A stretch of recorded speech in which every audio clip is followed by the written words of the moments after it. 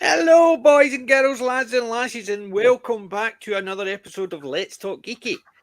And no matter what people say, we do like Roman on this channel, honest. You know, Oh dear. it's unfair. I was actually placed on a ban by PJ. I had made some comments about his beard, which I've written a statement regarding my comments regarding the beard. It was a formal apology to both PJ, to Lemmy, and to all bearded gentlemen of a certain age. So forgive me, my lord, forgive me. No problem. Look, the beard is all there. It's just that bit there hasn't gone grey, so it looks as if it's actually underneath, and it looks like that. But it's not. What you actually want man, is to I'm get telling some you, grey you can pull it colouring. Anybody got talcum powder? So that is just incidental. It looks like that. It's not actually by design. It's really funny. It's solid, man.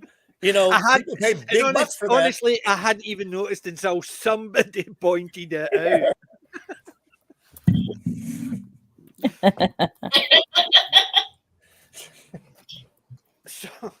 So, anybody been up to anything fun?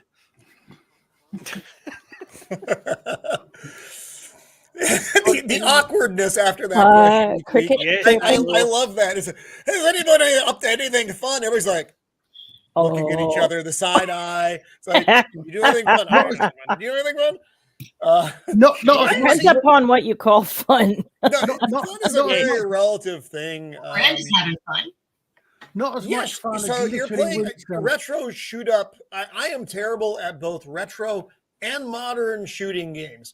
As I've mentioned before, Call of Duty has actually erected a memorial in my honor because I've died so many times in that game. See,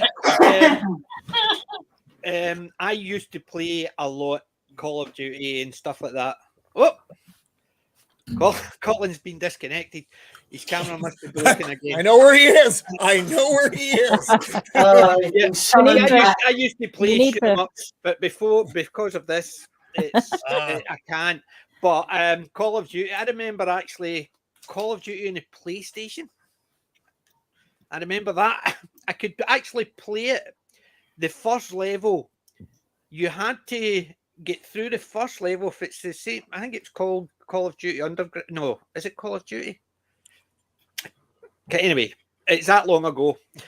You had to go down a train track to release a gate, and you had 10 people you had to take out all the way down. And I played it that often. I could do level 1 with a pistol and just take one shot each. It's basically because I used to play it with my daughters. So they would be actually play two-player game, and I would just actually go around going, and they would be going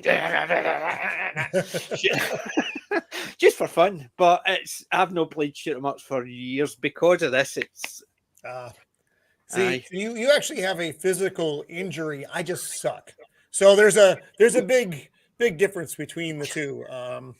Well, it could be worse. It could be worse, Roman. You're not like Nerd Rocket, because he played the Witcher and he's got still stuck in the door. Well, stuck in the room and can't find the door.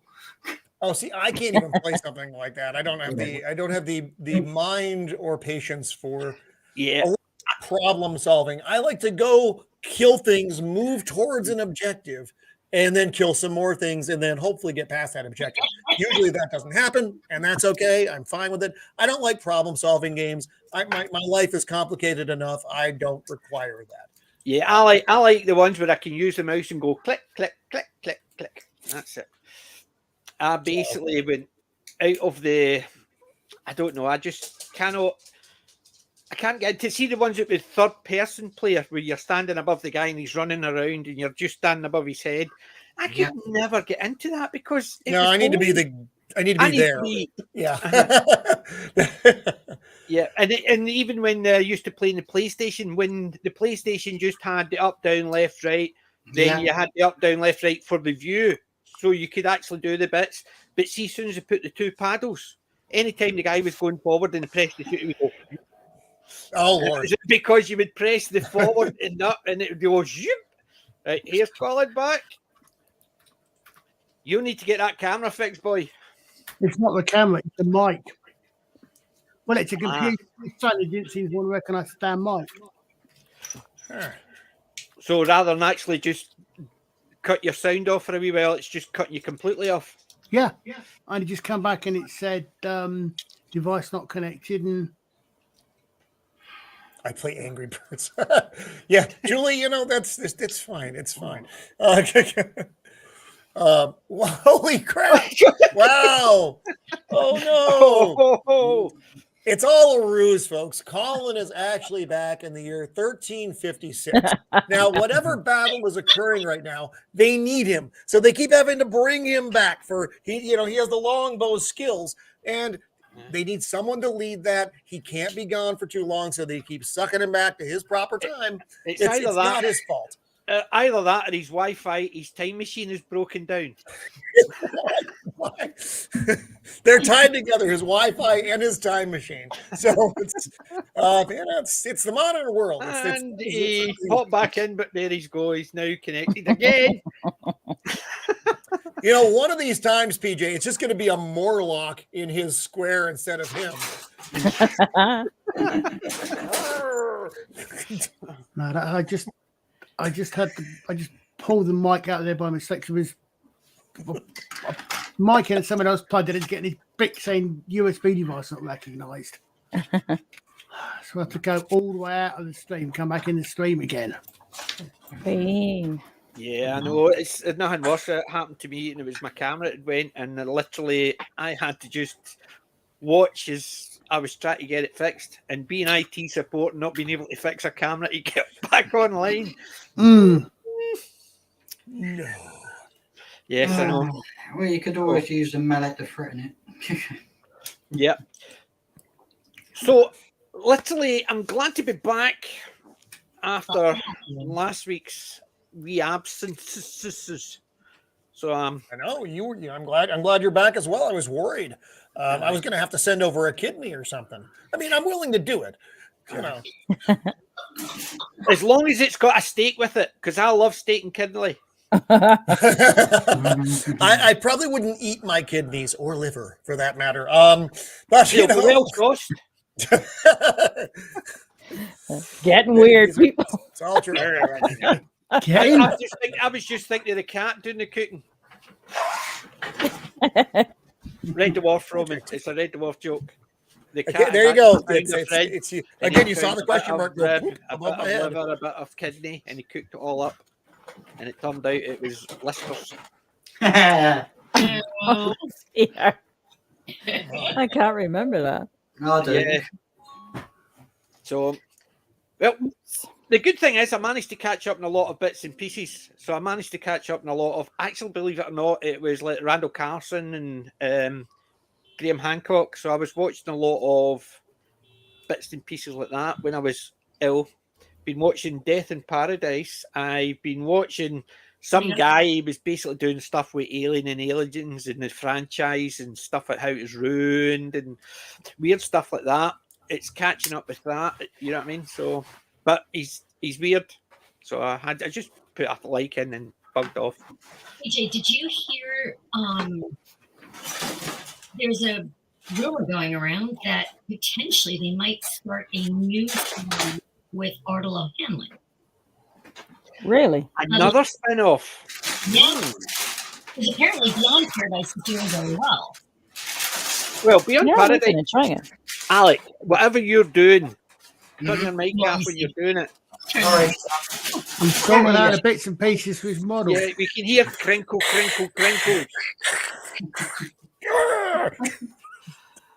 He's just opening his packet of crisps without offering anybody going. Well, he could reach over to you next door. He could throw one down to me. But yeah, well, actually, it's the Andrew thingamabob I'm watching just now, and it's got Ruby in it, and it's just the episodes are not fun. Anything with Ruby in it, I'm not liking, and I don't really like his way of policing. So it's literally I'm about to just finish off after this season 8. I'm just going to stop. I'm not going to watch it anymore because I watched season 9 onwards to catch up what was happening, and I think I'll stop there. I should have stopped when Keith Marshall left. Chris Marshall, sorry, Keith. But yeah, I liked Ardla Hanlon. So close enough. We love Ardle. I saw a few of his stories. it's and Father Jack and Father Ted. Yeah. Father Dougal, he's good, but no, he's just Disney. He doesn't do anything. And He's been typecast as Dougal, and that's what everyone remembers him as. yes, yeah, I can I don't. that's only because you can remember him from a way back. No, it's when I never saw Father Ted. Well, don't forget, he did another show called My Hero, but he left after 3 seasons. Yeah, he was a superhero. Yeah, I did watch that, and I actually liked him better in that as well. Did he? Yes, My Hero. Cool. He basically was came to Earth and he married an Earthwoman, but he obviously was keeping it a Doctor secret. Who is a cat who marries a human. Well, he was a cat in Doctor Who. Yeah, he did. He was in Gridlock. Yeah. That's right. He was. He was the cat who was married I've to seen a that. woman. Yeah. I get that reference. Oh, I'm so glad. Right. That's enough. Sounds Doctor exciting. Who. Roman's back. Doctor Who. All right, I know what you're talking about again. Speaking of Doctor Who, did you see that terrible? Yes. Oh God. Oh Yes. my God, that was awful. Wow. Many know, times. You get your hopes up because Russell T's coming back, and then they drop this giant cross-media turd on you that looks bad. That's a pretty good It's like description. it's like a couple of underdeveloped children made this in their garage with That would have been clay better. On That would have been CBeebies. better. And man, you want to talk about knocking the wind out of something? That's Yeah, everybody's it's rattled. excited, and then they and I was like, whoa, oh no! And then I have to look up at PJ. I'm like, you were right, PJ. You were right. I know And the worst part is, yes, Russell T Davies did a great job relaunching Doctor Who. I'm not denying it. I liked season 1 with Christopher Eccleston. There was a couple of bits, but Christopher Eccleston, anytime he grinned, reminded me of Tom Baker. yeah, no, he had a brilliant smile. Yeah, and things like that. But when they mentioned him coming back in those interviews just told me exactly who he is. Yeah. And then when they linked up with Disney Plus, so the BBC, Disney Plus, and the stuff we saw from RTD, and I thought, nope, it's just going to be bad. And then they went and says, "Oh, PJ, here, watch this. Yeah. This is how good it's going to be." Do you want me to shoot myself now or later? No, But that was very it was depressing. dire. The thing the guy did as a parody of it was far superior. Well, did you know the best bit about that? Did you know apparently he's a Wokey, and apparently it got picked up and played and praised on Nerdrotic's channel, and he got pissed off about that apparently. Yeah. But it just goes to show it was just bad. Apart from anything else, right? See the basic stuff, right? Ignoring all the bad CGI and clips. That is somebody who's thought, I'm going to cosplay as something. What have I got?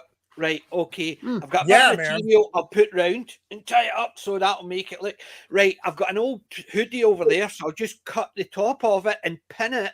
It looked as if it had been cut with a pair of scissors. It looks like I cut it. It wasn't even straight, and it was pinned. And then I've got an old pair of glasses. Hold on, clip. Whoop, one eye, and then I'll just glue a wee bit down here. What the hell's that meant to be? Nobody a monocle knows. would have been better. A monocle. Someone who doesn't understand what a monocle with a is. bit hanging down would have been better, because if the monocle falls down, it would have been hanging. But a pair of glasses, you can see one glass and it's cut, but it's not even cut there. It's cut here.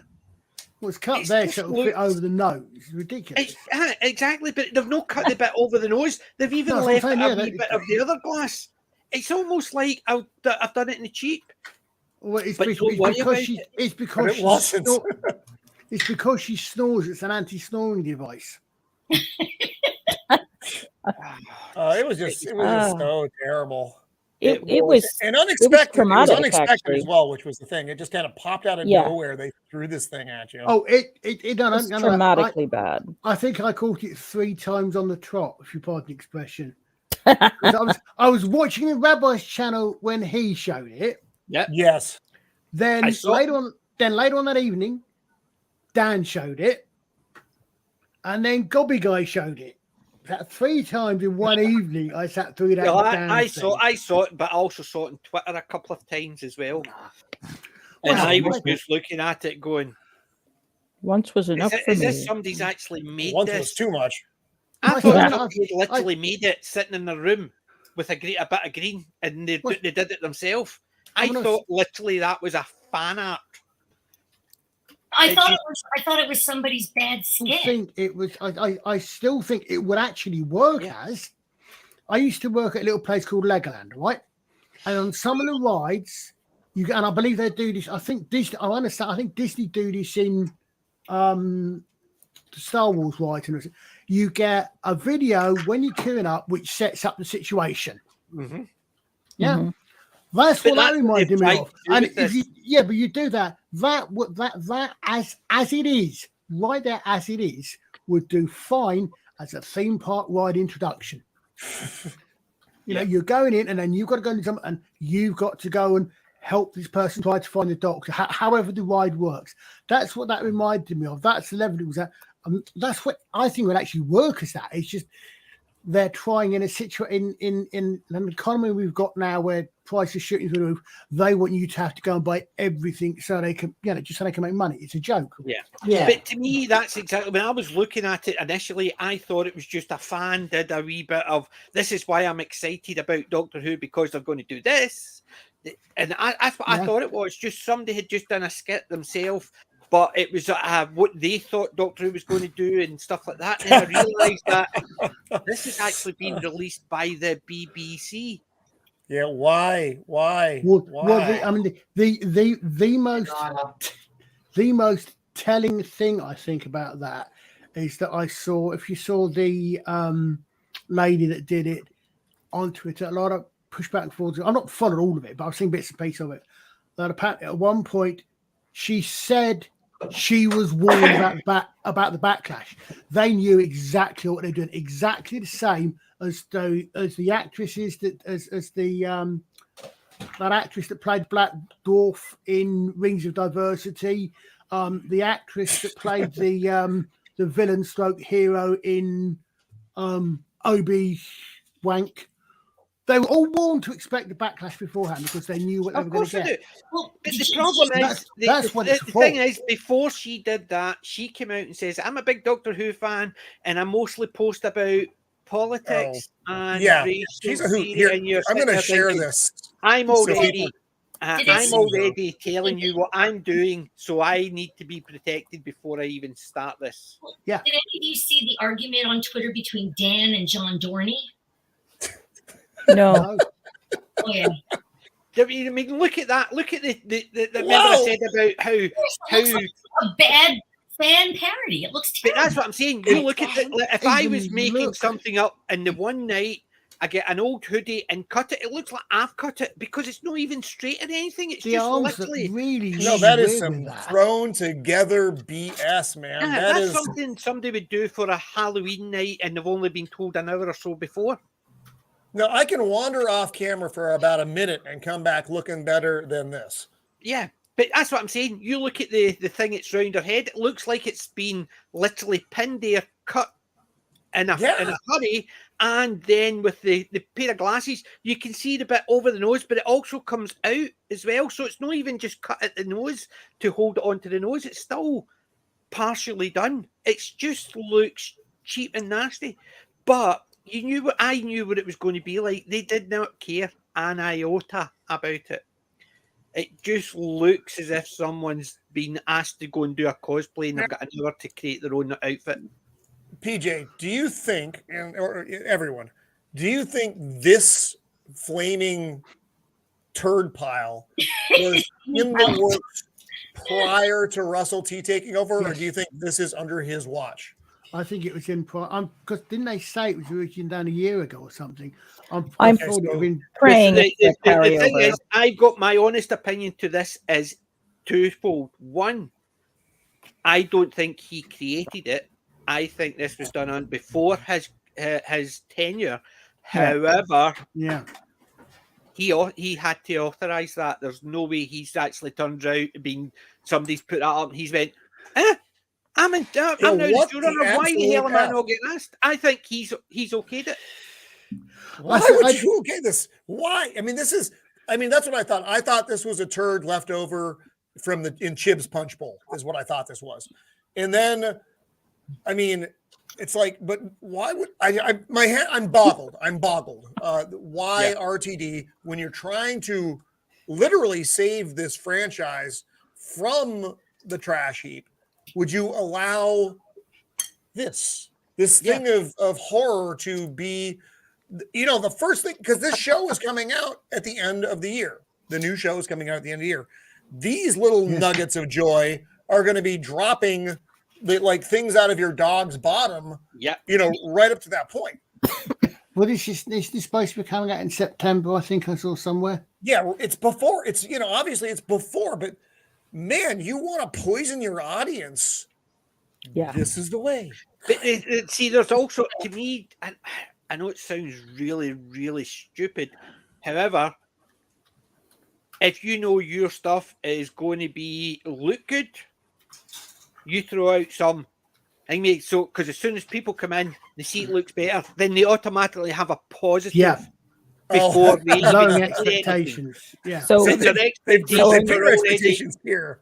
Before they go in, their expectations are way down here. They go in and see better graphics. Their expectations are automatically higher. It might drop a bit after they hear it, but if they go in with nothing and their expectations are here and hear the thing, it'll drop.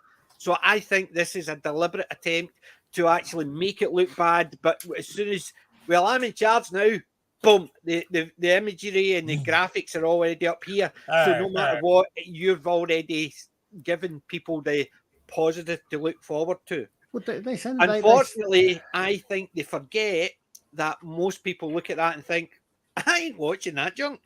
No, that's so basically the strategy was introduce something that is just so horrifically bad that they could just put anything out now and we're going to be like, hey, it's great. RTD's involved, so it should be good. Well, they were saying on Facebook, I don't know if it was for the whole thing or if it was for the costume. The people that originally designed it, and it was an original designer which looked quite good, had a massive budget of £2,000. Or is it deliberately bad? Is it because the person is a comedian and wanted it to look bad and it's just backfired? I mean, I'm trying. I'm reaching here.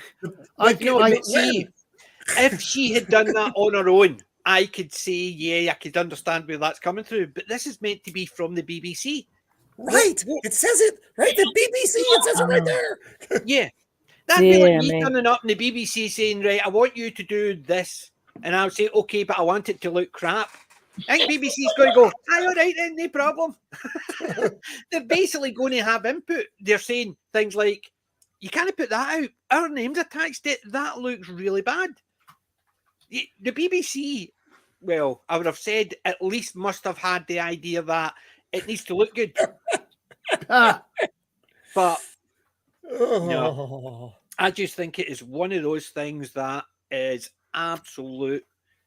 It shows to me what they think of it and what they think of the people. They just need to throw any trash out there and people are going to soak it up.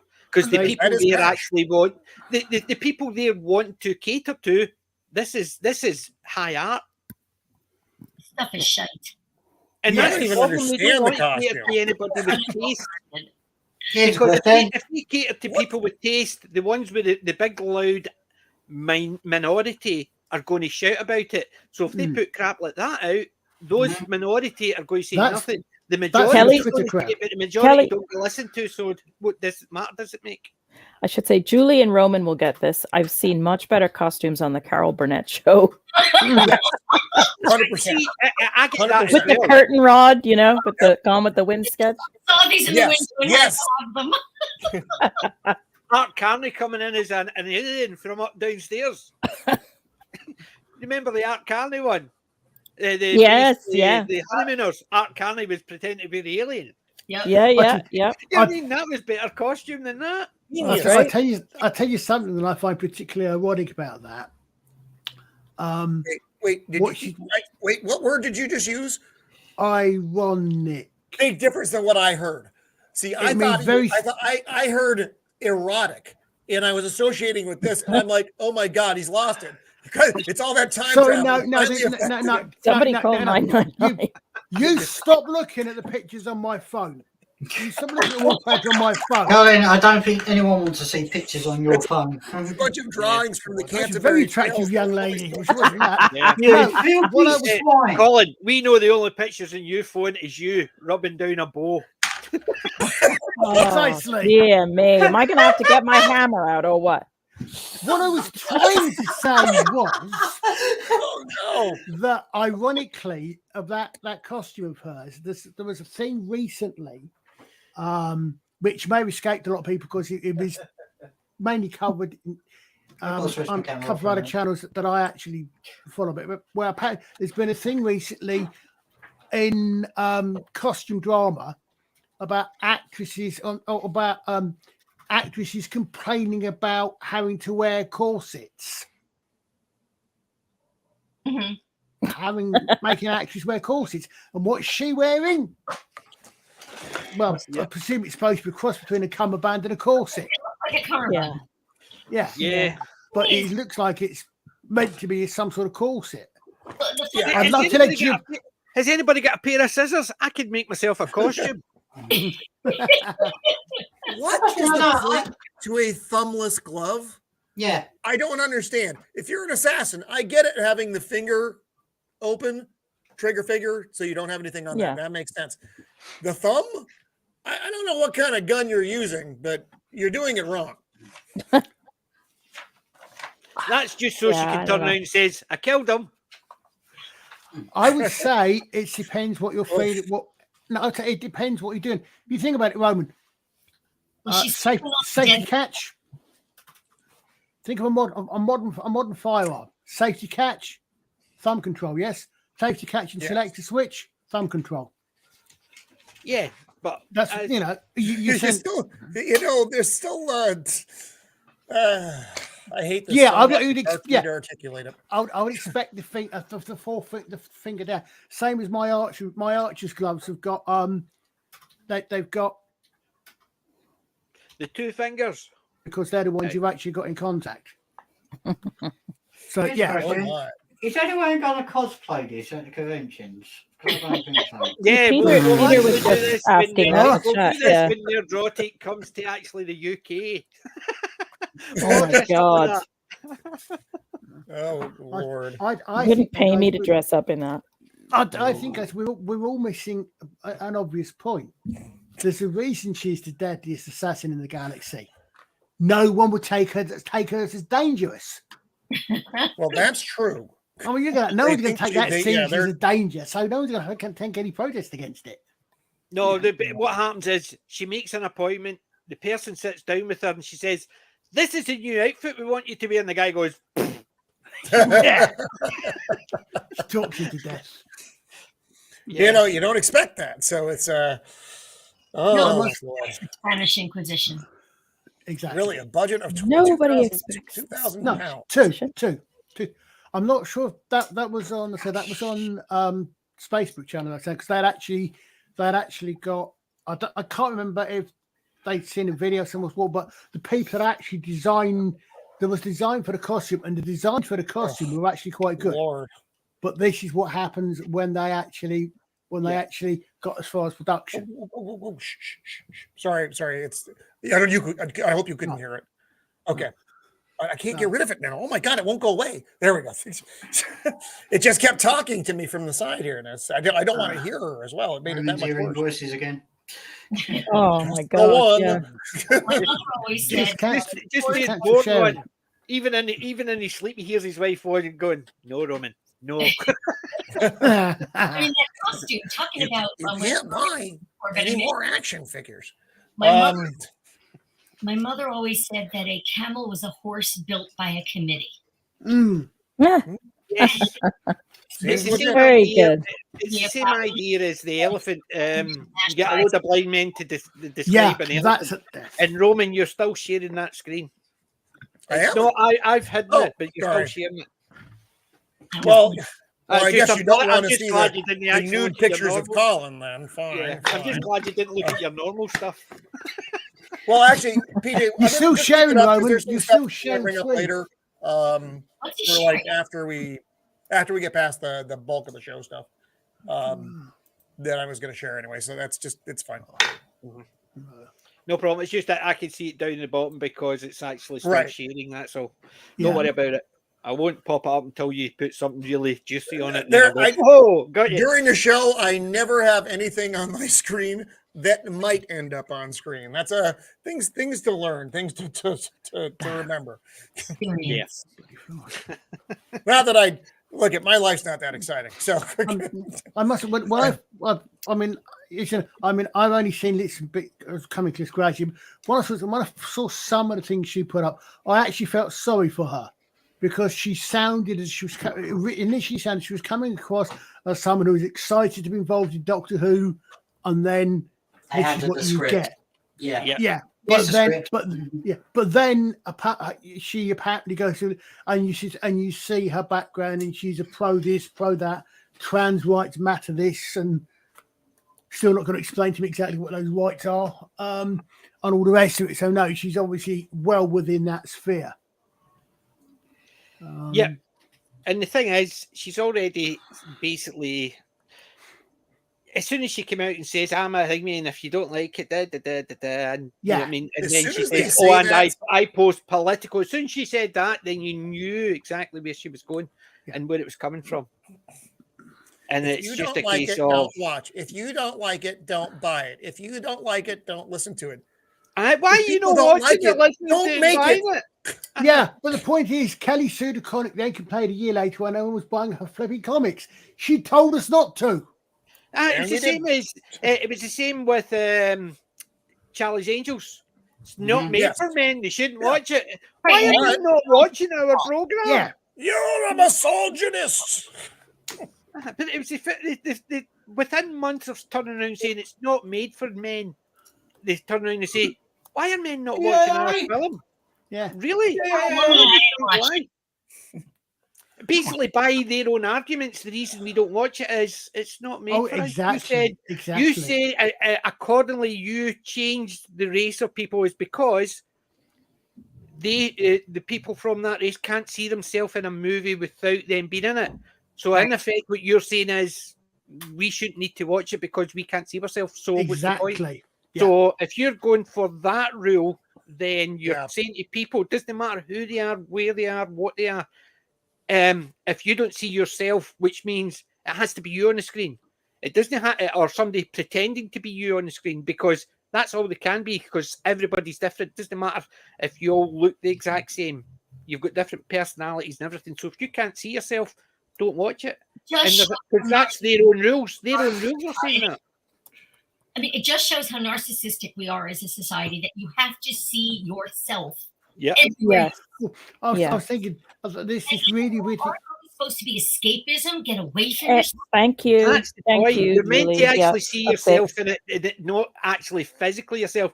You're seeing portrayed a character you would like to be like. Right. But that's a character that's different from you. That's a character that embodies things that you aspire to. You know, it's not about seeing a reflection of yourself in the character. You know, it's like, well, where is the growth then? Yeah. Well, the best thing I thought the best example for that in art television is this thing with the Little Mermaid. People they're concerned about girls of color can't see themselves in the Little Mermaid because of the skin tone. Completely ignoring the fact she's got a bloody fish's tail. Exactly. Well, no. The best one was she turned around and says she's glad to be that because the best part of it was she's glad to do it because as a kid she never saw herself in it. But The Little Mermaid was one of her favourite movies. Oh, that was great. So you can't see yourself in it, but it's your favourite movie. Well, this is my hobby. It's just James Bond, but prior to Daniel Craig. I'm not a fan of Daniel Craig. But James Bond was always the man that every man wanted to be and every woman just wanted. Yeah. I didn't need to see characters who look like me on the screen. I could look at James Bond and go, wow, he's gorgeous. He does this, he does that. It was hilarious. Yeah. Plus, he did it all with a twinkle in his eye. Yeah. And have you guys heard about the kerfuffle about the movie The Whale with Brendan Fraser? Yes. People are now absolutely ridiculous. Been made with a morbidly obese actor. Because there's a lot of those guys around. Actors are obsolete now because you don't get somebody to act like that. They just get somebody who is that and tell them to actually just say words. Well, that's not acting. That's not acting. That's what I'm saying. So in effect, what they're saying is things like, there's a lot of real good actors. You look at what do you call him? Ian McKellen. Mm-hmm. He shouldn't have played all those ones because A, he's not a wizard. B, he's he's not. He can't actually control metal with his mind, so he's not ableist. He's not straight, so he can't play all those characters. What he got was not. And you're sitting there thinking, are these people nuts? Well, that shows that it just goes to show that. Oh, wait a minute, you've got someone who Ironside. He shouldn't have actually played that because he actually could walk, and that was the object of it. It was acting. Well, yeah, by their arguments, then what's her face? Tatiana Maslany shouldn't have played She-Hulk unless she's actually able to turn into a big green monster and is a trained attorney. So that should be out. Only attorneys play attorneys. Natalie Portman shouldn't have been in the Thor movie because she's, as far as I'm aware, hopefully she doesn't have cancer. She can't lift that hammer and she doesn't turn into a goddess. Or, well, not that sort of goddess that's what anyway. I'm saying. They basically forget that their own rules apply right across the board. But wait a minute, that's different. But it's Do typical. they? They are aware that they're just saying it. They are aware. I have no doubt that they're aware that they're saying these things, but they don't believe them because they know they're actually irrelevant to anything. Because as soon as you turn it back on them, but that's different. Yeah. But I was watching a short, right? It was I was looking at shorts today, and I was looking at short, and one was a woman was going up, and these guys were ripping things off the pole, but they were leaving certain up, and she was saying to them, "Why are you ripping my posters off the pole?" Well, there's still some down there. And she says, "That's not the point. You ripped mine from that pole. I bet you didn't have permission." She says, "You left yours. Did you have permission?" Well, no, that's not the point.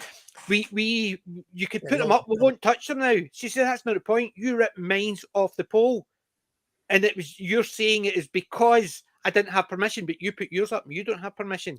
But it's free speech. She says, so you're saying you're taking mine down so you can get free speech, but I'm not allowed to because you don't agree with me.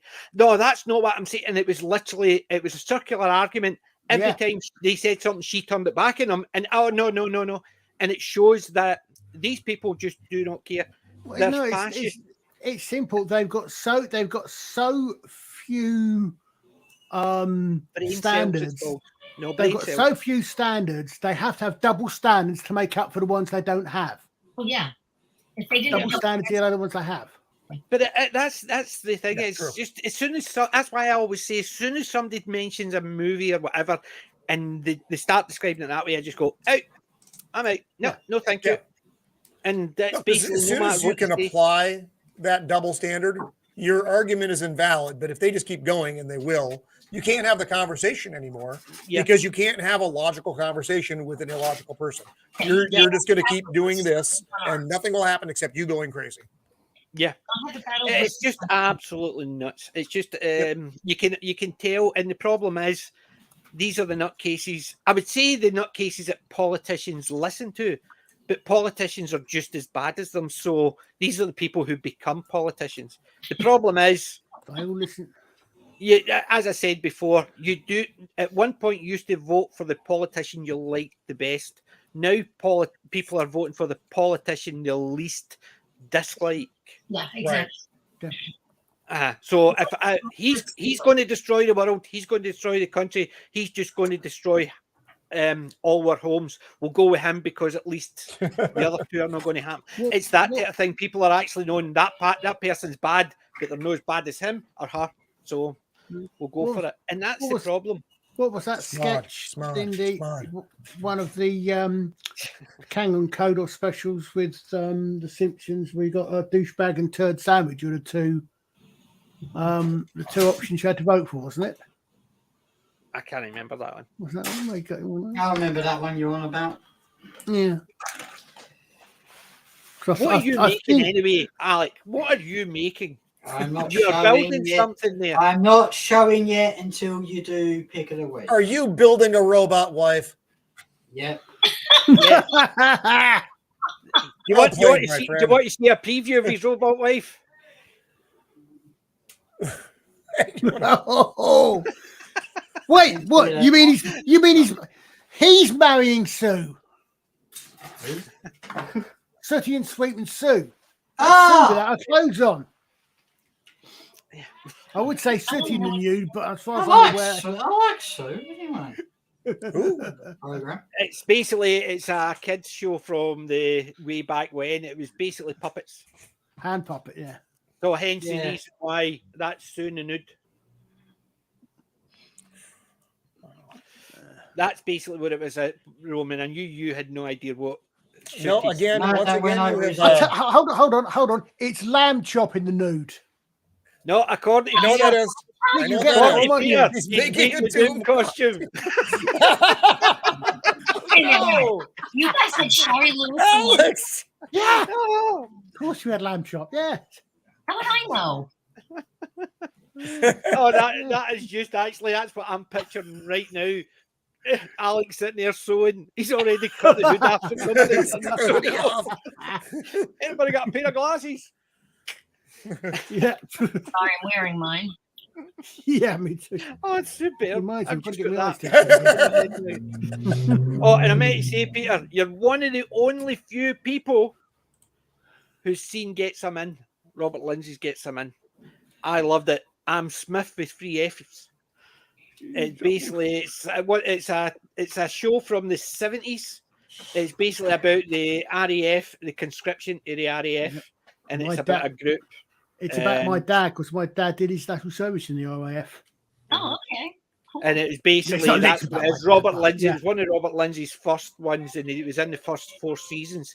Tony And surprise, when they Selby. left, they recast it. So the new guy came in. They didn't give him a different name. They just he was Smith. Yeah, he was Carl, the same guy. Something, wasn't it? Aye. Carl Hoffman. Carol Hoffman, aye, that sounds right. Basically, He was just J.K. Smith, so he just basically recast it. Unlike what they would do now, they would say, oh, he's a different guy. Well, they're actually all meant to be in national service together, so why did one get shipped out? It's stuff like that, but they just recast it.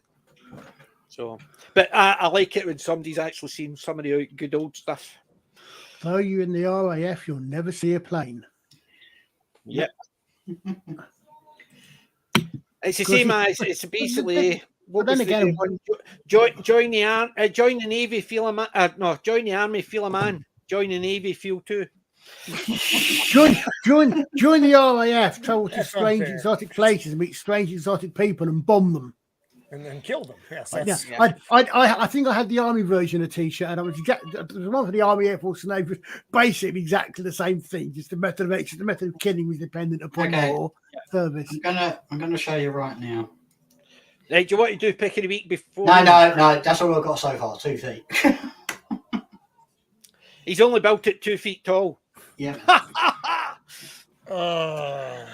I know, dad joke. I can't boot you out of the stream. I would for that, by the way. I would never ever do that. So you and I were talking about this movie. Was it last weekend? I think it was last weekend. Paths of Glory. Yeah, I've got it on my watch list. Man, what a great movie! So it's Stanley Kubrick.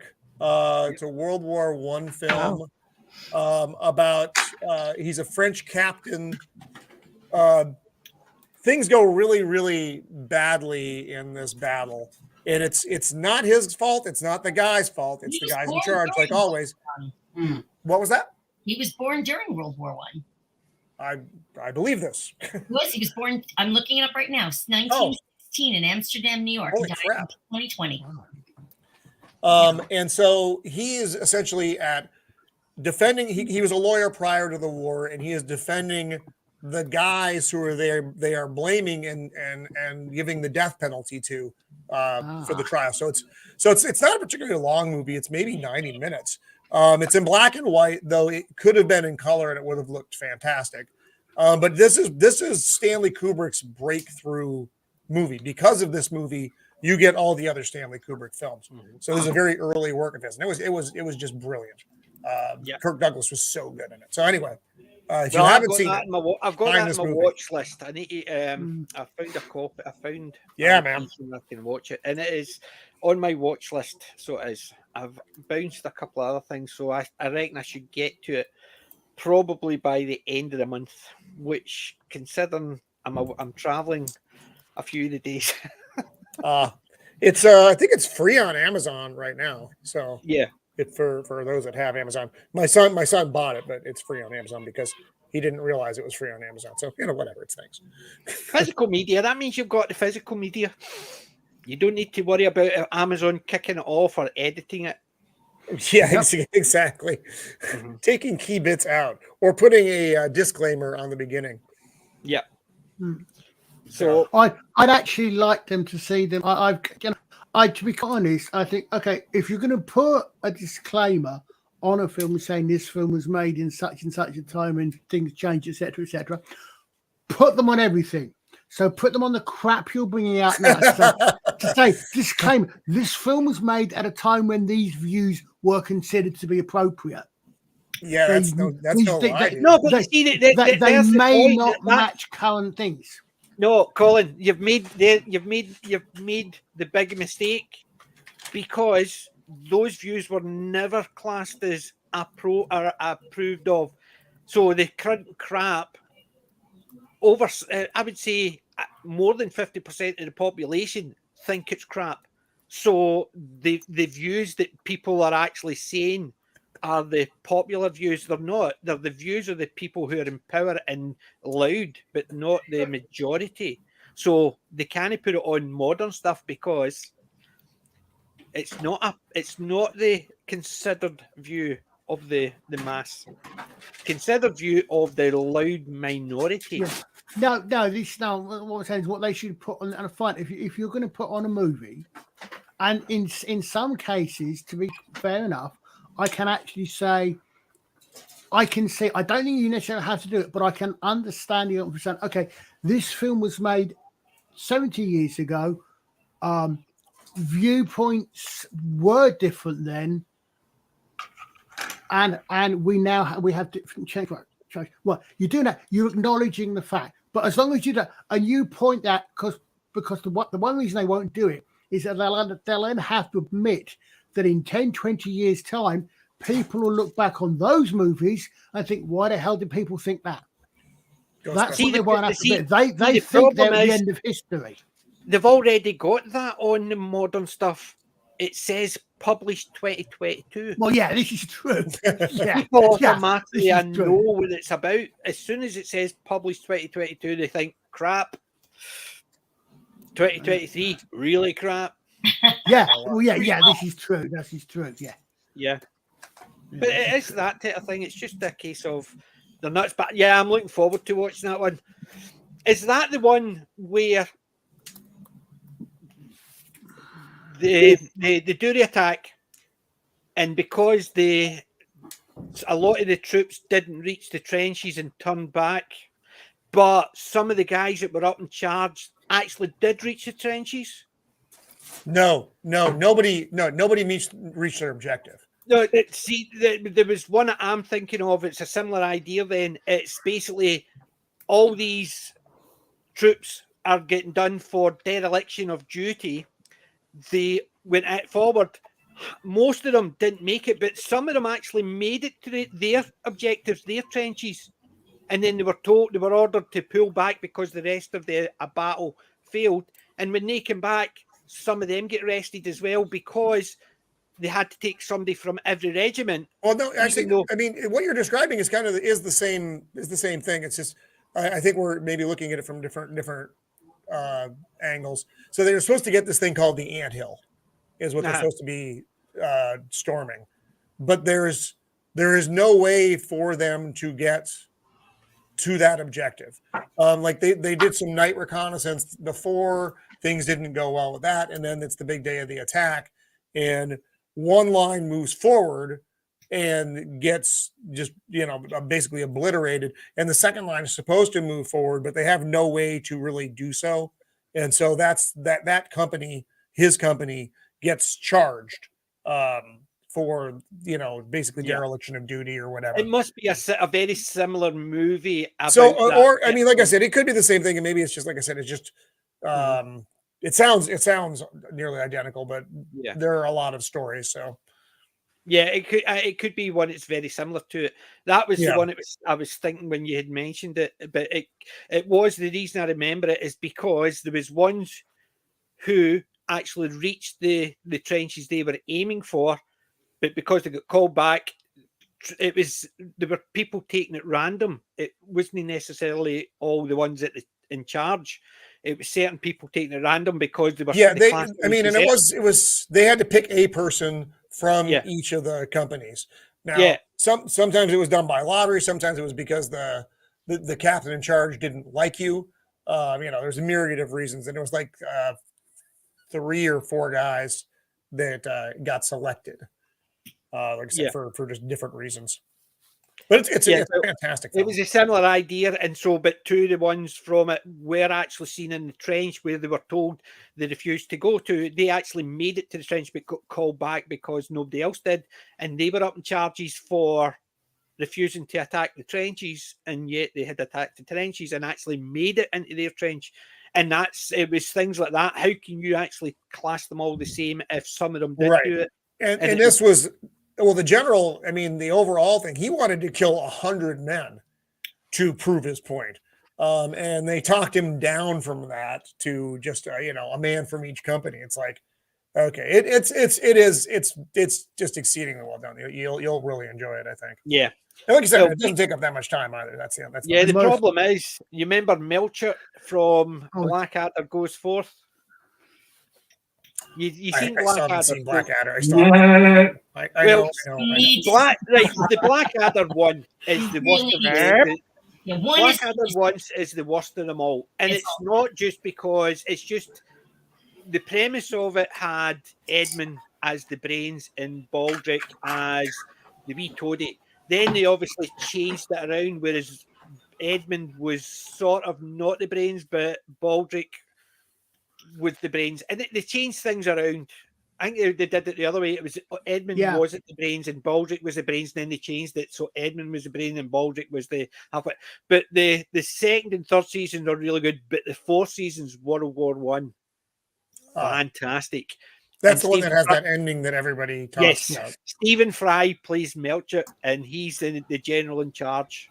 It's like there's one that he brings Blackadder in, and there's a table with earth on it, and he says, "This is what was captured today." Yeah. He says, "What's the scale?" He says, 1 to 1. Darling measures it looks and goes 1 to 1. In fact, this is the actual. Yeah. Did you have a carrier pigeon? A carrier pigeon. Speckled Jim. Speckled Jim, yes. Watch 4. Watch 4. 4 is superb. I like 3. Season 2 and 3 are good. I'm not denying I like that. 3 as well. 4, I think 4 is just one of those ones. 4 is one of those ones you could sit and listen to after you've watched it once. You do not need the visuals. Robbie Coltrane as Samuel Johnson is hilarious. Oh, okay. Oh, you mean that big round papery thing? Yeah. Yeah, but season 1 you could skip, but 2, 3, and 4 I would definitely watch. And that was the one where he's trying to wind up Samuel Johnson. He's making up words, contrafibularities. My heart is contrafibulations. Come on, away, sir. Yes. Like 2 with Queenie, off with his head. Oh, she's marvelous. Well, all I would say there is that 1 and 2 Nursie was the best. Two has got Tom Baker. You have a woman's beard. And of course, whatever else you might say about Blackadder, about the original Blackadder series, the difference there actually is Ben Elton didn't come in. Ben Elton came in on season 2. Season 1 was written by Rowan Atkinson largely. No, it wasn't. Rowan Atkinson was effectively Edmund Blackadder was the weedy one who with no brains, and Baldrick was the brains of the bunch. Brian Blessed in it, So and Brian Blessed is in season 1. Yeah. And Peter Cook plays Richard III. Yeah. Yes. So each of the seasons have got their own merits. Season 1 is the worst of them all because it was them laying the foundations for what it could be. But 2, 3, and 4 are really good. They did a couple afterwards. They did a comic relief type one, which I didn't really like. Then they did the one for the Millennium, which I thought was mediocre. But season 2, 3, and 4, I've got the full collection of everything. 4 was kind of the apex of the show. I mean, for you. 4 was definitely the best. The First World War was superb. It really is. The last episode of 4 is classic. I mean, it really is a classic. And see, even the ending, they didn't know how to end it because they obviously only had so many characters and extras, and they thought it would look cheap.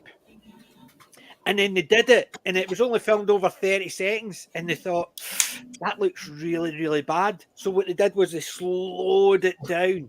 Yeah. So they slowed it down. And because they slowed it down and played it, it just looked so much better, or so much worse, as in the carnage looked worse, because explosions were going off dead slowly, and you see them falling. Having the music going along with it and all that. Yeah, the right music over it, and then it just fades out to a field of poppies. It was just perfect ending. And considering they didn't know how they could end it, but it ended perfectly. Yeah, I can't imagine any other ending working. Really can't. No. You need to check it out, Roman. Really. Definitely. Oh, and Julie, did you manage to finally see Plebs? Soldiers of Rome? I didn't get a chance. I didn't get a chance. I it very early during the week. Does it run? Does it play but? It looks like it will. Yes. I found it on the website. And who bounced there? What happened there? I'm looking forward to it. I'm hoping. What happened there? Everything just went jink and changed. I took the picture off. Yeah. Is that what it was? It's just basically just went zoop. Did anybody see the Blackadder documentary? Blackadder, what is it? The whole damn thing, the whole damn dinosaur. Yeah. Yeah. The documentaries on the box set I've got as well. Everything about the Blackadder stuff. I do. I've even got Connections. The Blackadder Connections. Yeah. Huh? Wait a minute, Blackadder Connections. It's all the connections about how have you seen the Connections thing that we used to call it? It was basically there's a TV show or whatever, and then they go back and say this person worked here with him, that got led to this and that. It's called Connections. And there's one about Blackadder. Oh my God, no, I haven't seen that. I've got that as well. I need to look that up. Bear with me. Let me Right. do that What the? That shouldn't be bloody. What? That was supposed to be lined up and not shared. Well, that's Sorry, what happens with you because you've got admin rights. It automatically shares it. Damn it. Yeah, I was going to line that up and say to you if you want to show it. Well, thank God it wasn't his pictures from the Canterbury Tales. That's all I have to say. Yeah. That must be. The thing is, the Blackadder stuff you get hit with. Yeah. You do get hit with the Blackadder stuff because I've tried to do a couple of clips, some of the best bits, and even the ones that are less than like 30 seconds. You get the they hit you really hard. Got it. Yeah, so it's best not playing. Better. I mean, well, I remember Tim McInerney left and then he came back. Yeah, Captain Darling. It was just the idea of even just calling him Captain Darling, and Lord Melchett would say things like, "Hey, darling," and he'd be a case of, "Did you get that for me, darling?" Melchett says, "Yes, darling." Oh, I crack up every time. What's the matter with you, darling? I like what Rick Mail come out with. The last time I called someone darling, she was pregnant 5 minutes later. Lord Rick News in it as well. Yeah. Do you know why they call us the 5 minuters? Because every time you got, the Ron Atkinson's Rick Mail's one about going up. Yeah. About women and kites and stuff like that. Always treat your cat like you treat women. Season 4 definitely got Rick Mail in it, who is great as Lord Flashheart. Rick Mail stole the entire thing, that episode. Yeah, he when he was in a scene, he stole it. Well, he was in. Hugh Laurie plays George, the Pickle George. Was Bob in the same Blackadder Goes fourth episode? Yes, Bob was in 4 as well. Is it the same one? It is the same girl. It was. I couldn't remember because I know he was the character was in with Flashshot in season 2, but I couldn't remember if it was the same in the same episode of season. Yeah, but Roman, definitely recommend Blackadder 4 as a start off, but 2 and 3 I would definitely try and catch as well. Season 1 is about the battle of what was the battle? Season 1 is in that little bit that never actually existed between Edward IV and Richard. No, it was Richard III and Henry VI, wasn't it? Yeah. Well,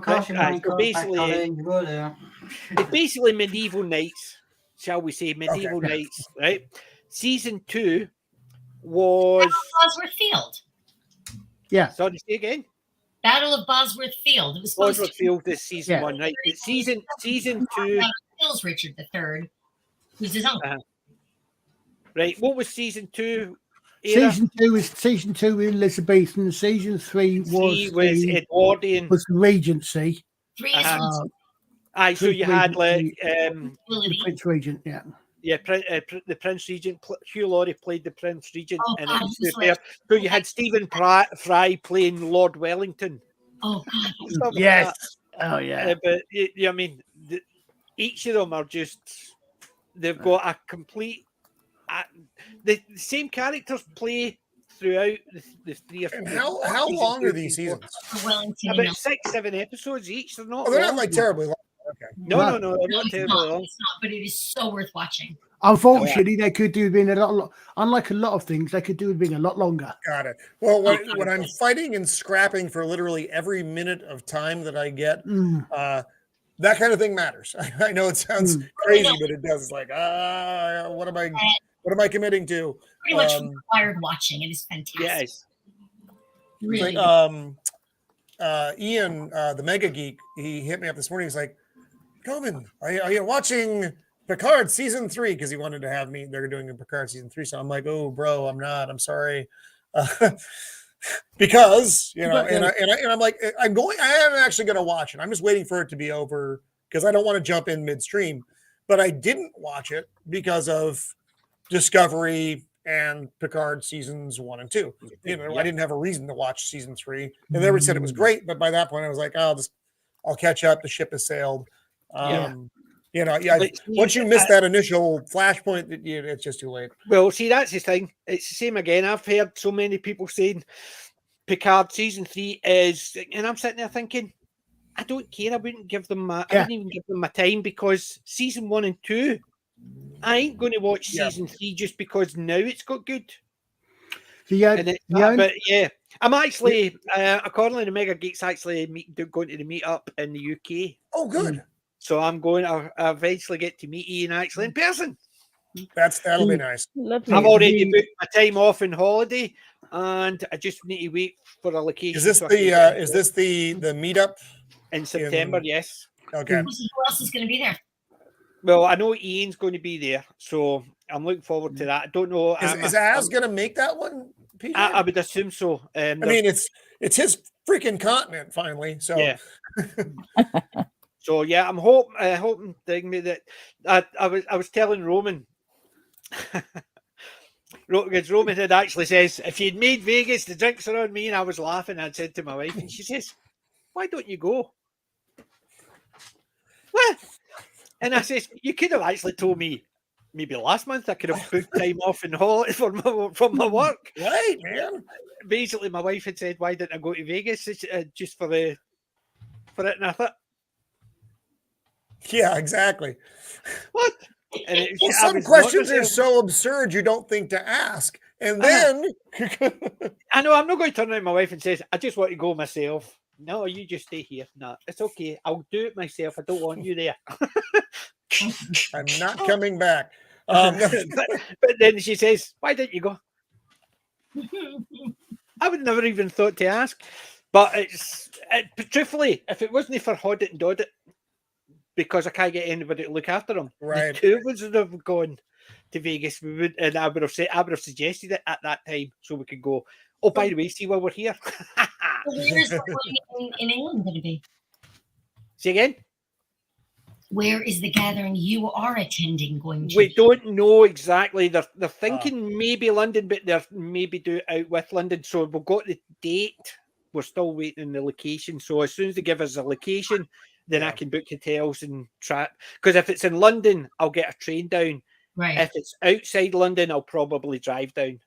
Because I know Ian is in London, but Dan is in Birmingham. Where's Az? He's up near, is he not near Leeds? Yeah, he's somewhere in Yorkshire, I think. He's somewhere in Yorkshire. I've been to Leeds, not exactly a garden spot, but I've been there.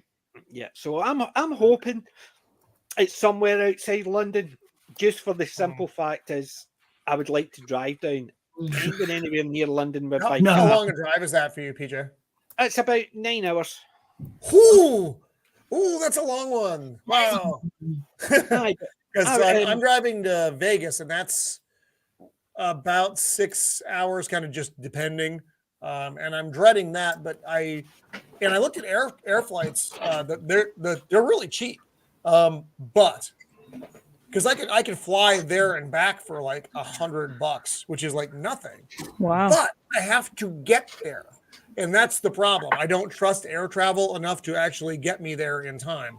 Because it's like one thing goes wrong, and now the whole trip is, if I don't make it there by 7 o'clock, then it doesn't matter if I go or not. Now all that's just wasted. So yeah, it's the same as I'm traveling down to Southampton by train for the work, so it's by plane.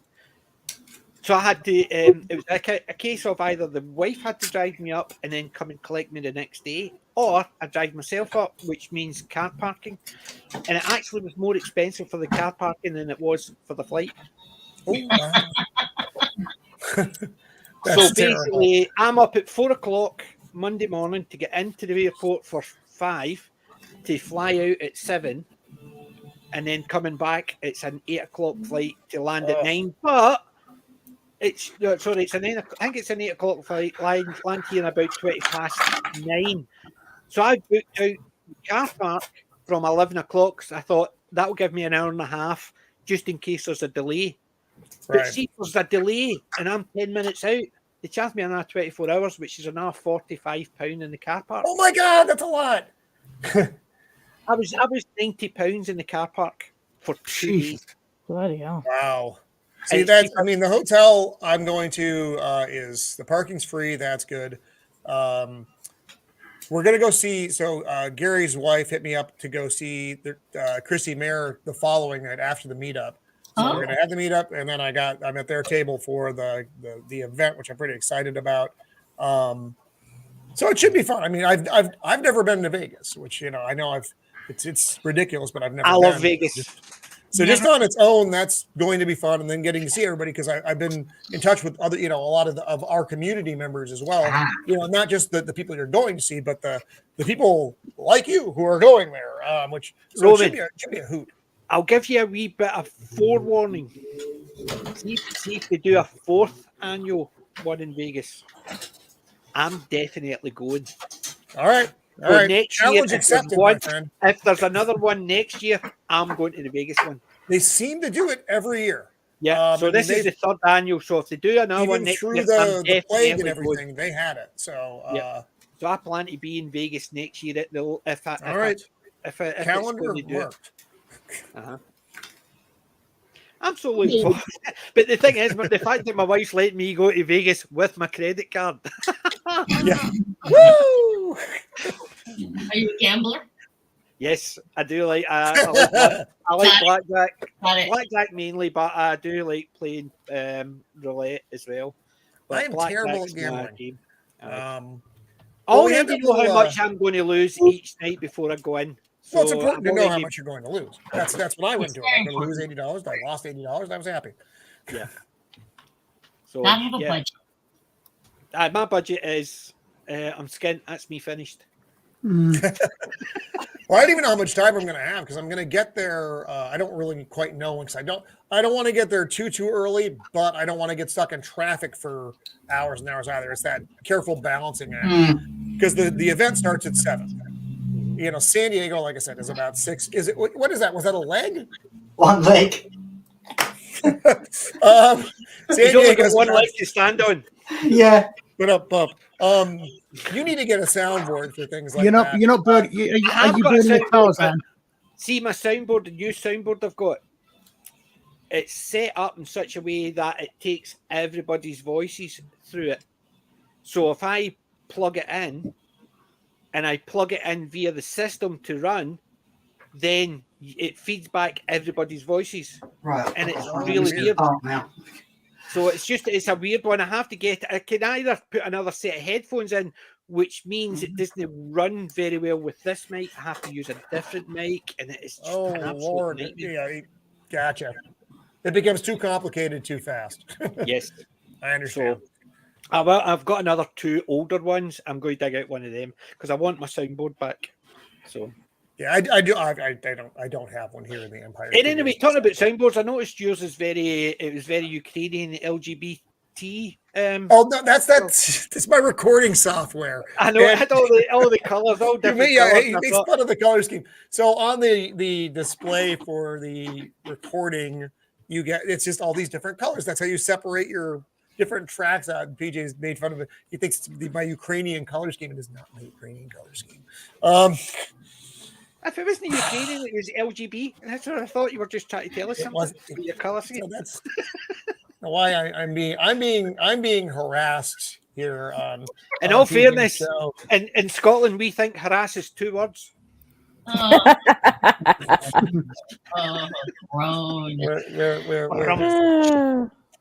It wasn't that bad. What a couple of her legs. Yes. I don't know. Oh, here it is. Is this it? I don't know. There's so many things. Oh, come on. That's a Pete and Dudley one. That one, Colin. Exactly. Yes. Pete and Dudley Moore did one where Dudley Moore came in, Halton, because he was wanting to play the part of Tarzan. And he had one leg and he's standing there and he goes, "Your right leg, I've got nothing against it. The problem is, neither do you." Yeah. That's odd. So even there you go. Even I'm old enough, I remember what he was talking about. Woo. Wow. I know.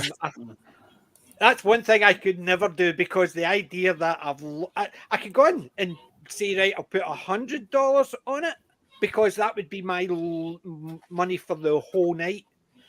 And if I lose it, then I've lost already. But you have some free there ain't time. no way I'm losing $1,000 because I automatically assume I've lost before I start playing. Yeah, when I was at the casino a couple weeks ago, putting down my meager bets, there were guys just dropping hundreds on the table like it was cool, and I'm like, oh god, I did that as well. I remember for my birthday, I go into the casino in Glasgow, and I just £50, £50, and I was just putting £1 here and £1 there, and this guy came in, the Chinese guy came in, and he got change. He put £200 on the table. And I thought, oh, he's going to be here for a wee while. And he went click, click, click, click, click, click. The woman went spin, zoop, and took it all in. And he walked to another table, put 200 on the table. Oh my god! Literally one spin. He just put it in all these numbers, none of them won, and he just walked to another table and did the exact same. Oh my god! And I'm sitting there thinking, yeah, wow. Always better than, you know what, Melvin, deeply, you're right, and that's my default. And I know I bet like a goofball when I play roulette. I don't go all crazy. I try to stick with pretty safe things, so I only double my money. I don't do anything crazy. I still lose because I suck, but and I don't understand blackjack. I understand the getting to the 21, but there's all these like sub parts of blackjack, which blackjack, we used to call it pontoons. We used to call it ponies. We grew up playing ponies here. So as we were kids, we would play 21s, blackjack, pontoons, whatever. But yeah, you can split your cards. Yeah, and I have no idea what these people are doing. Yeah, and it can be an expensive learning lesson. So yeah, but as I said, I grew up playing pontoons. We basically, when my dad and my uncles and all that would go to my granddad's every weekend, and they would play stud poker, 7-card stud poker every week. So they would basically be playing, and we'd be up in the room playing pontoons. And it was a case of, it was usually the cousin who had a job, because he was the banker, because none of us could cover all the bets. So the person with the money could cover the bets. But as soon as you win a lot, then you became the banker, and then he gets a chance to win his money back. But the banker always wins. We know that even in pontoons. But we grew up playing blackjack or pontoons, as I said. So I've been playing it since I've been about 5. That's cool. So. Yeah, because I realized I don't know why we did this. We dumped a bunch into slots. Never play the slots.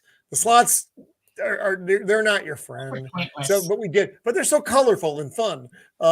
And you're drinking, and they're colorful and fun. I must admit, if I'm having a drink and a cigarette or a cigar, me and my wife will sit at the slots and just sit there for a relaxing, having a few beers and just playing the slots. Yeah, the slots can be fun, but I hate all these slots with the coloured lights, and you have to press that button to press that to activate that to do this. Yeah, they were actually. I just want to go glump. They're not just like straightforward slots anymore. There's a lot of layers to the slots. Yes, and I want a slot where I put the money in. It gives you the option to hold 1, 2, or 3. Then you pull, and that's it. That's all I care about. I don't want.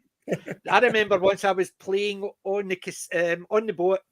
They had a casino night, so I'm standing there with a tuxedo and all that on, all dressed up. My wife's all dressed up, and I'm playing the cheap slots. So it's like 10p a go, and I won the jackpot. If I was playing £1 a go, the jackpot would have been in the thousands. But I was playing the 10p. The jackpot was £250. And I'm going, I've just won. The guy standing next to me looked at me, and I says, I just won £250 jackpot. And he went, and put another £1 in. And he's playing the pound jackpot. So if he got it, he would have got £2.5 grand. I won £250. And that was over the moon. Hey, I'll take the win. Wins are good. Wins are good. The thing is, when I'm playing, I already had for the cruise, and it was like a couple of nights at the casino. I'd already put 50 quid aside. Some of that was to play poker. They had a poker tournament, so I'd put most of it away for that. And I'd only put about 10, 15 quid just to play the slots. Nothing major. That's why I was playing the 10p slots. Suddenly I've got £250 a win. I could play the slots and play the blackjack. But I was playing poker as well, and the thing I got put out in round 2. The only time I've ever won money was at the racetrack. And I grew up near the Belmont Park on Long Island, which is where the third leg of the U.S. Triple Crown is run. So there's the Kentucky Derby, the Preakness Stakes, and then the Belmont Stakes. And Belmont or Elmont Park is Belmont Park in Elmont, New York, is, again, not far from where I grew up. And one year when I was working on Wall Street, we got taken up to Saratoga, New York for that race. And for years I had bet, $2 on, to win, or $2 to place, $2 to show kind of thing. I mean, I'm not a big gambler. So somebody in Saratoga recommends that I try an exacta box, which means picking first and second in either order. We call that a reverse pool. Okay. And it's only in races when there's more than 5 horses. Because it's kind of silly if there's only 4 horses. It's a little easier. But anyway, so I did do this exacta box. I put maybe $10 on it, and I won 65. It's the biggest amount I have ever won. And ever since that day, whenever I've gone to a racetrack and I try the exact same thing, I never win. So that's it. Except my mother and I do scratch off lottery tickets. Yeah. We I have she buys a number of. I've actually had a number of times good luck at the casinos. Yeah, I never casinos. I've come home, and the one thing I always recommend: see if you win at the casinos, never put on things like Facebook. Had a good night at the casino, come home happy. Because I did that once, and I didn't say I'd won what I'd won. I just said, been to the casino, had a good night, came home happy. And then I woke up and my wallet's opened, and I thought, So I opened it, an account, and I thought, there's 50 quid missing. And I looked at my phone, and a wee message. Saw you win at the casino last night, Dad. Borrowed some money. Oh no! And I thought, I ain't doing that again. She's the only reason she heard I'd won and rang me, and so she went in, check. Oh, he's won a lot. I'll borrow some. Oh, that's hilarious. I thought, yeah, wee bugger you, but that's one of the things. It's just it's not as if she had actually taken no to me. She'd text me, so as soon as she'd taken it, as she was going out the door to go to bed. Wow. It's not as if it was a case of I borrowed your last 20 quid, Dad. Sorry. She just basically says, I saw you win at the casino. So after that, I never put on that I'd been to the casino. I've been to the casino. I went to the casino straight from work. Had a few beers with friends, then went down to the casino and I was playing there. I came out the casino, straight back to work, because I'd been in there until 8 o'clock in the morning because I was running hot. So my God. So I came out that night about £450 up. So I was basically in a winning streak, and I wasn't betting heavily. I was just betting a couple of quid here and a couple, but it was just piling up. And I says, as soon as I lose the next 5 games, I'll go. Ended up going, I better go because I'm working in an hour. And people are going, well, you know wearing that yesterday? No, it's just the same shirt and tie I have on. You know what I mean? I've got to wear these shirts and ties. But I'd gone straight for I hadn't slept or nothing. The whole 24 hours I'd been up. I was nagging. Wow, dude. So I decided after that, try to go to the casino when I've got a school day. But yeah, but there have been times when I've walked in, 10 minutes later I've walked back out, 50 quid down. So it's the way it goes. It's the people who actually sit there thinking, one more hand. Yeah, exactly. And that's the ones. I've walked in, came out 50 quid short within 10, 15 minutes. It's just the bad luck of the draw. But I don't go, well, I wanted to stay a wee while longer into my wallet. Right. No, I know. I know how much I'm losing before I go in. If I win, I'm okay, but I don't actually add that. I know people who, I know a guy, basically, he's got a tin, and that's his winnings, and he always puts the horses on based on the money in the tin.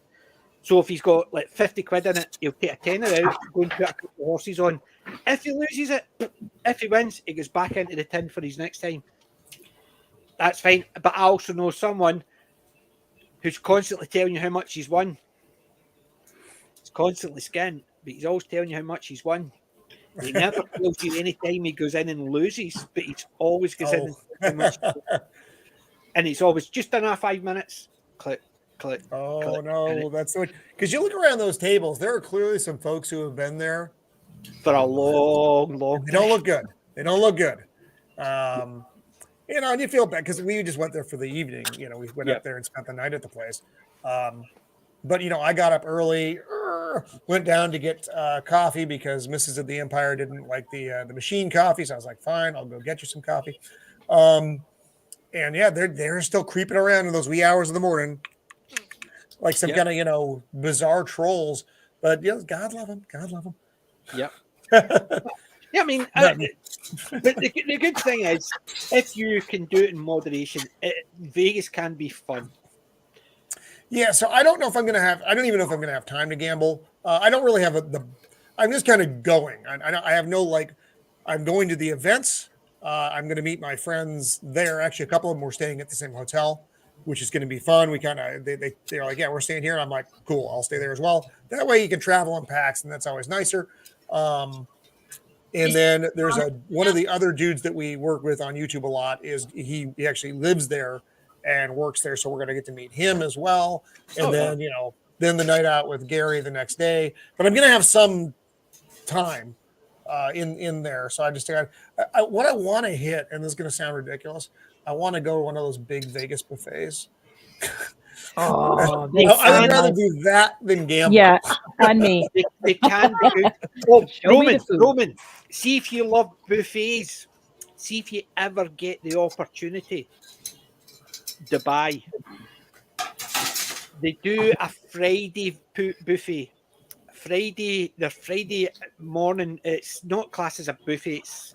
I can't remember what they call it. But we went and we got the €100 one.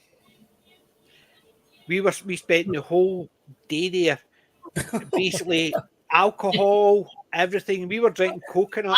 We were drinking rum, coconut steak. There was Kobe beef, and there was tomahawk steaks. There was everything. My God. I'll send you some clips of the restaurant please do. And we were there for 4 hours. I've got a picture of me standing under a no smoking sign with a big stogie, with a coconut rum. But that to me was the perfect. They do ones over there like from €30 up. We went for €100, which so you're talking about $100. And that was the whole day, but you're talking about it's alcohol, everything, and it was just that's I mean, for a day, that ain't a bad price. Yeah, and the 4 of us went there, and it was one of my friends stays over there, and he said we would love it, organize it, so we sent him the cash to book it, and it was oh my God, solid. Dubai's a beautiful place. It is definitely a place I would go back to in the drop of a hat. So it is, and I must admit their buffets are oh my. So but yeah, there's the amount of different selections. You could have got lobster, stuff like that in it, everything. Of course, the important thing, gents, ladies, if you do go to Las Vegas, is to remember, if you hear the Who thinking, "Who are you?" in the background, run like hell, or you're going to end up on an autopsy table. Yeah. Hey, I've got the 2 pictures up there. When I was in Vegas, I did the CSI tour, and my wife was sitting there going, because I'm sitting there going through the tour, and I've got to give you a wee sheet, and there's the clues throughout, and you have to do, and I'm doing that. And we took a total left turn. She's talking to the couple behind us and going, he's like a big kid. I'm sitting there writing all the clues down. and I've got the pictures of me and my wife, me arresting my wife and stuff like that. It was fun. It was just basically one of those we walk into as you could take the kids in and they would be able to solve it the same as you could. But I was ready. But fun. But yeah, I must admit. So, but yeah, I'm looking forward to Vegas next year. All right. Well, she's letting me go this year. Well, there you go. She needs to let you go because I'm coming to meet you. If you're coming, she'll like, oh, your friend from England's coming. I'm like, yeah, it's not. Friend from where? Oh, dude. I corrected her. We need to, you need to check that, man. It's all the same place.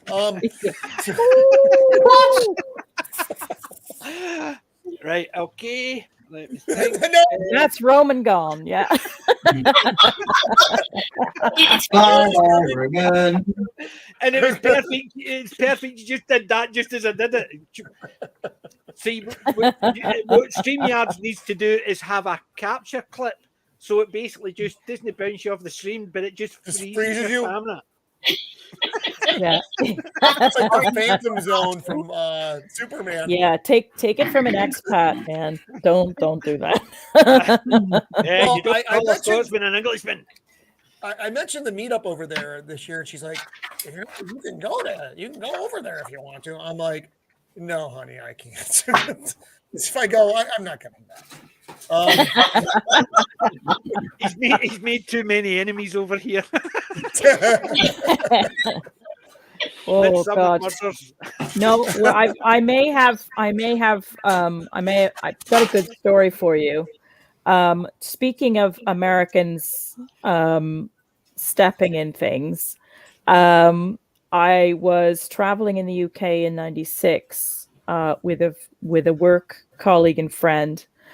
And we ended up in North Wales, which was planned.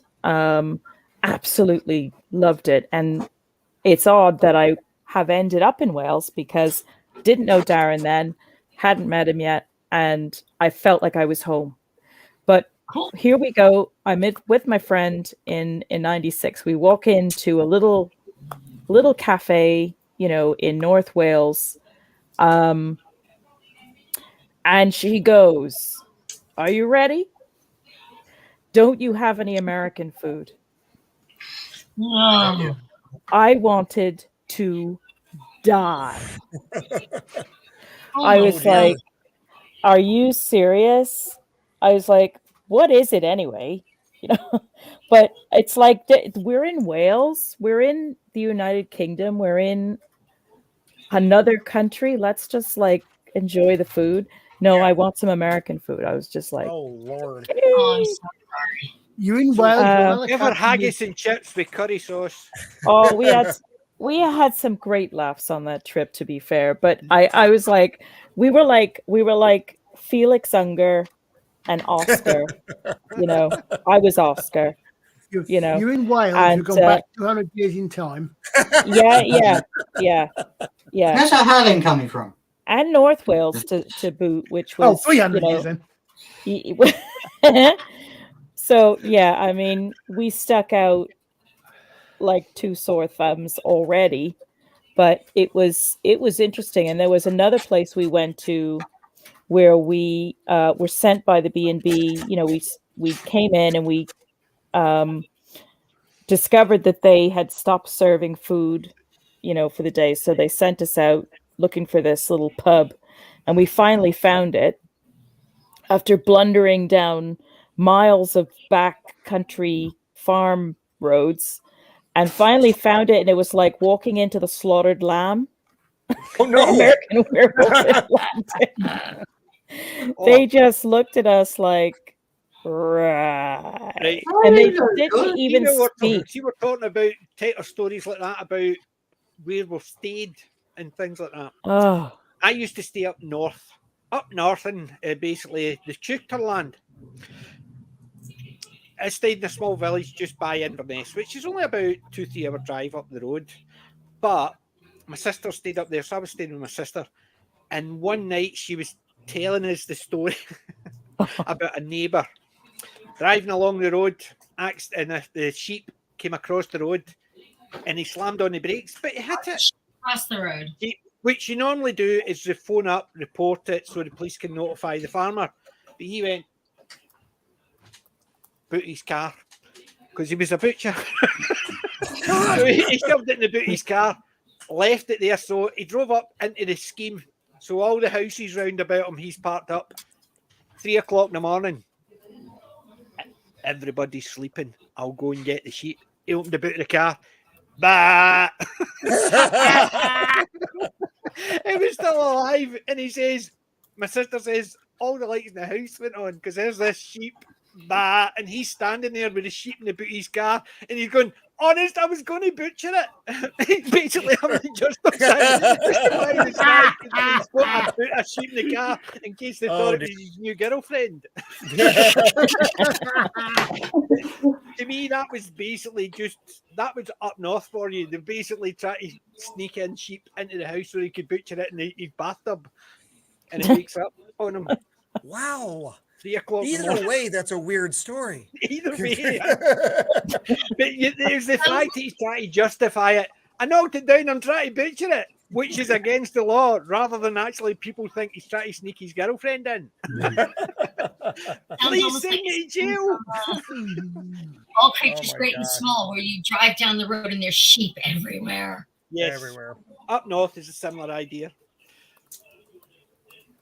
That's wrong. But yeah, where you stay can be weird as hell. Mm-hmm. But never call a Scotsman an Englishman. Same goes for a Welshman. So that is fighting words. You remember the scene from, and unfortunately it was unfortunately the crap Torchwood / American sort of mix that they did. However, there is one redeeming scene in that. The Children of Man. There is one redeeming scene in that entire thing, and it's Eve Miles punching in character, punching a woman because she calls her English, and she just lays her out and says, "I'm Welsh," and it was like, yes, it's such a great scene. I was reading about that show that she did, that series about where her husband disappeared. That was brilliant. I only saw the first series. I never got around to seeing the second series. But we haven't seen the second either, but the first series was superb, and she actually learned Welsh for that. I was just going to say, I was reading an article about it, and a Welsh person who doesn't know Welsh needed to learn Welsh. Well, yeah, it isn't an automatic thing, because I think it depends on where you live in Wales, where it's spoken more frequently. I think it's more North Wales. You're not going to hear it too often in South Wales. Right. Yeah. Well, right. As I mentioned earlier in chat, I've been to Aberystwyth, and the people we stayed with, they were English, but the husband worked at the university, and he was in the history department, and he was there when Prince Charles was studying at university. Wow. And I should say then Prince Charles, and we were there a couple of weeks after his investiture. But anyway, long story short, the next door neighbors were Welsh speakers who didn't speak English. And that's where I learned that they had BBC, Cymru, and all this other stuff. So I thought that was kind of cool. Yeah. It's the same as Scotland's. Glasgow's got the biggest Gaelic-speaking academy in the world. Yet there's actually only, I think it's 3% of the population speak Gaelic. But Glasgow's got the largest percentage of them because of the school. But really weird. Right, what we'll do, I'm going to actually go through this. Pick of the week. Not because I want to see what Alec's building. It's a minute to get there, didn't it? We went through Vegas, we went through He just had it almost fixed, and he actually slipped when he heard the music and actually fucking why doesn't he have the fucking floor? Stop swearing. So, is anybody got anything apart from Alec? Get hold of the nerd fighter, see if you can buy a church lady. Yeah. Alex, how far have you gotten? It's almost there. I'm just trying to do the backpack, but things fallen on the floor and rolled off somewhere. Oh goodness. Right. Okay. Who's going first then? I got some. I got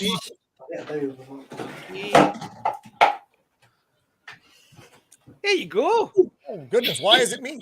So I did an unboxing this week over on my friend Left Eye Ego's channel. We did That was a boxing unboxing versus unboxing. Yes. So these are the items that I opened up this week though. So this is the Riddler.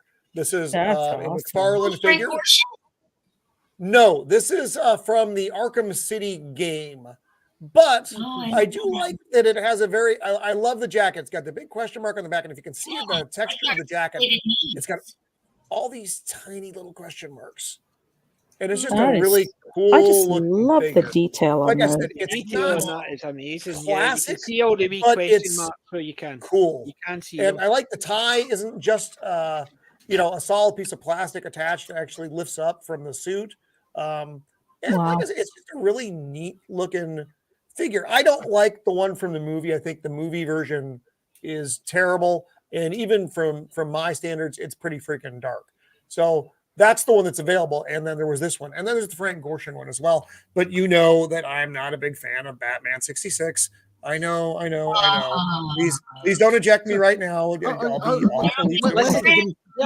I need to bring Mad Riddler down? Who's Batman 66 Riddler? You're not making sense. What you're suggesting that there's a Riddler that wasn't Frank Gorshin. That doesn't make sense. I'm sorry. I know limited timeline. You'll be telling me next that there's a Joker that wasn't Cesar Romero. I'm sorry, but Cesar Romero. But I also don't like Jack Nicholson, so I don't discriminate amongst my hate. So this is the Kingdom Come Batman. This is from the Elseworlds comic where all the superheroes are older. Superman left for about 10 years, then came back. But Batman is in an exoskeleton because he's in his 60s and he is really beat up. But he's made himself this amazing suit. I like the feet and the wings. Can I ask a question? Really cool. See his amazing suit. Is it my imagination or does it look like a woman's face? No. What? Look. What? I don't know who you're hanging out with, PJ, but look at the face. Look, is that not look like a face? Yeah, I can see what I mean. Yeah, the eyelashes, the eyebrows, the eyelashes. Look what at are you talking about? Look I'm at the saying chest nothing. part of it. It looks like eyelashes, right? If that's What? eyelashes. Yeah. What have you been putting in your Irn-Bru, man? I'm not thinking Irn-Bru, and I can see it as well. It definitely looks like eyelashes. Hang on, It let me see looks if I like can get eyelashes on the chest, and then the circle was the mouth. Oh my god, I didn't see that before. Now I can't unsee it. Son of a bitch. Did you see it? I mean, it looks, now you see it, it looks like a woman's face. Oh, Does anybody want a Batman figure? Roman's giving it PJ away. just ruined my picture. Damn you, PJ! So anyway, so that's my girl Batman. It's actually a cool figure. It looks really nice, so it does. Apart from that, so those are the only two I picked up this week. Bastard. superb.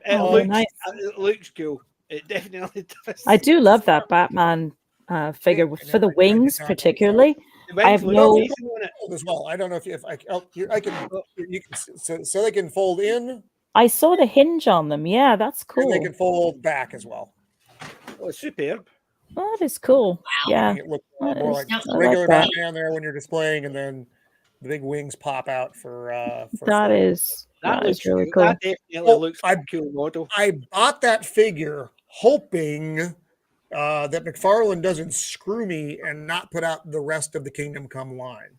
Otherwise, it's a one-off from a comic book that I love, but it's still a one-off, which is a bit wonky because I do want them to make this whole line. And like I bought the Batman, the Flash movie. They put out the Michael Keaton Batman and the Ben Affleck Batman wearing the Christian Bale style suit. So I bought those figures as well. They're on pre-order because pre-orders are the way to go. We've talked about that before. But anyway, so that's it for what I have in hand this week. And PJ ruined my action figure. My pleasure. My pleasure. Thanks, pal. What are you rummaging about there? What are you doing? Oh my god. Riddler versus Riddler. Oh, I love him. He's so cute. Where's my boat? Where did you put your? Did the dogs eat it? No. I think I just. Did the dogs make him the girlfriend? No, I think what happened is, I think the dragon tried to steal it. But then again, if I don't like him, if I don't like him as the Riddler, he's always going to get the Spider-Man. Oh, he's got a suit. Oh, how cute is that? I like That's the Riddler fun. suit, though. I have to say, I do like the Riddler Riddler is- suit. That is cute. Nobody's better than Frank Gorshin, just saying. I'm totally I- with you, Julie. Totally with you. You can call me Right, whatever I've you want, lost- still call me there it's there. There it's there. Oh, very nice. Oh, That- very, very nice. Question. Good. I know. So basically, yeah, I was actually just trying to show what the real Riddler looks like. Oh. But I do like that figure, though, Roman. That is just a It stunning is a cool figure, as you said, with the question marks actually on the jacket, and it Yeah, the looks texturing really of it is nice. It's just that McFarlane, man. We've talked about it before. For the price, you just can't beat the quality of those figures. Yeah, somebody's got me collecting them. Now, I was looking at a lot today. If I didn't actually have other things to buy, like my grandson's birthday present, I had a couple of them on my list, and I thought I might wait for a wee while until. Oh my god! Wait, you got see the if they're older figures, that's fine. But if they're like new things, we've talked about that before. Amazon actually screwed me last week. Yeah, I heard that. The Batman Hush figure, which is we've lost it. Here's your money back. Oh, by the way, do you want to buy it again? It's cost you 10 times. Yeah, so that's crazy. Yeah, that's really bad. I pre-order like a good action figure collector should, and then the day it was supposed to get delivered, I get a notification saying undeliverable. Here's your refund, and I start looking, trying to find it again. It's like, yeah. So to me, that's scandalous. That's them deliberately doing that. They basically turned around. Because I saw that same figure, other people were having the same problem. I think they oversold it. Yeah. And then that's great. But then as a collector, now you're screwed trying to find it for, I certainly couldn't find it for the $20. I got lucky and found it at GameStop online for $30. I still don't have it in hand. But if you go like on eBay or anywhere else, that thing's $50 now. It's just, that's it. Right. Alec, if you finished or do you want me to go? It's finished. Right. Do you want to actually show it just now? Or I will. The thing is just I might have to start looking for pieces in a minute because I hate this bloody carpet. Right. Okay. As I showed it last week, boxed up, and it's taken me mostly tonight and a couple of days to do. I present to you the Gundam. Oh, nice. Oh, that is very sweet. Good. I like the idea that it's not needed to be painted even a slight. It looks crisp and sharp. Yeah, it does. You did all that while we were talking? Yep, it does bend. Wow. It's amazing, isn't it? Yeah, that's really nice. It had to be clipped together, didn't it? It was basically all in parts. Yes, this is the interesting thing about what you call Gunpla, because it has to take skill. So if I open up that section there, you've got a Gatling gun and one's located on this side and all. Wow. And at the moment, where it's got one of the lightsabers at the back, the other one's dropped on the floor somewhere, which I've got to find. Make sure you don't wheel your chair back. Crunch. No. Yeah. Nah, I think I'll find this part more easy. So that's the Gundam Alex, but the thing is, it ain't finished yet. It's got stickers to go on, but I'll do that another time. Yeah. Looks cool. I've told you before, you should have had your camera set up and showed it getting built, and then you could do it in super fast speed and just show it going click, click, click, click, click, click, click. Maybe another one or something, but this is my first try at this. Yeah. And it looks great. I like that. Yes. I like that a lot. Yep. Very nice. That is going to go at the back there for the rest of the evening now. So So, And if you hear a click and that means his chair's rolled back over the top of something. yeah, God. Right. Okay. so that's it. Right. So I'll bounce on and actually dig out the stuff that I've got. I've dug out one or two wee bits here. So I'll start with the videos that I've got aside. I picked up a Lee Evans Roadrunner. It's just alive, the comedian Lee Evans. So picked up him. I like Lee Evans. He can be funny, but he can be a wee bit overbearing sometimes. However, the other one I picked up, which was just in perfect time for last Wednesday, was Jurassic Park. So pure fluke. So, however, this is the big one that I picked up. Charity shop, £5. Oh wow, very And nice. it's still sealed. Whoa. Charlie Chaplin collection. It's Wow, that's basically got fantastic. everything. It's got a load of them. It's got. It's, as you can see down at the bottom there. There's the list of all the movies. I got this in a charity shop. Really? And it's unopened? Yep. Unopened, £5. Yeah. Wow. So Fantastic. I'm really looking forward to watching all the Charlie Chaplin movies. Oh, So as you can see, that's and as I lovely. said, it's got a full collection. Look, there's a list of them all there. I can't see, but is the Great Dictator in there? Yeah. No. That's one of my favorites. I love that movie. It's brilliant. Let's see. You mean the film that a certain mid-20th century German leader based his entire life on? I think it is. I'm actually trying to see because I've not got my glasses on. The new janitor, the musician, Trump, new job. Hey Peter, I gotta bail out, buddy. I'm sorry to do this to you. Okay, before I've got two other figures to show. Oh, let me see real fast. 2 minutes. I gotta go. Right, okay. All right. Watch it back. Take care, Roman. Thank you for joining I'm us. sorry. Yeah. No problem. Catch you later. I suck. Right. Okay. Hi, Roman.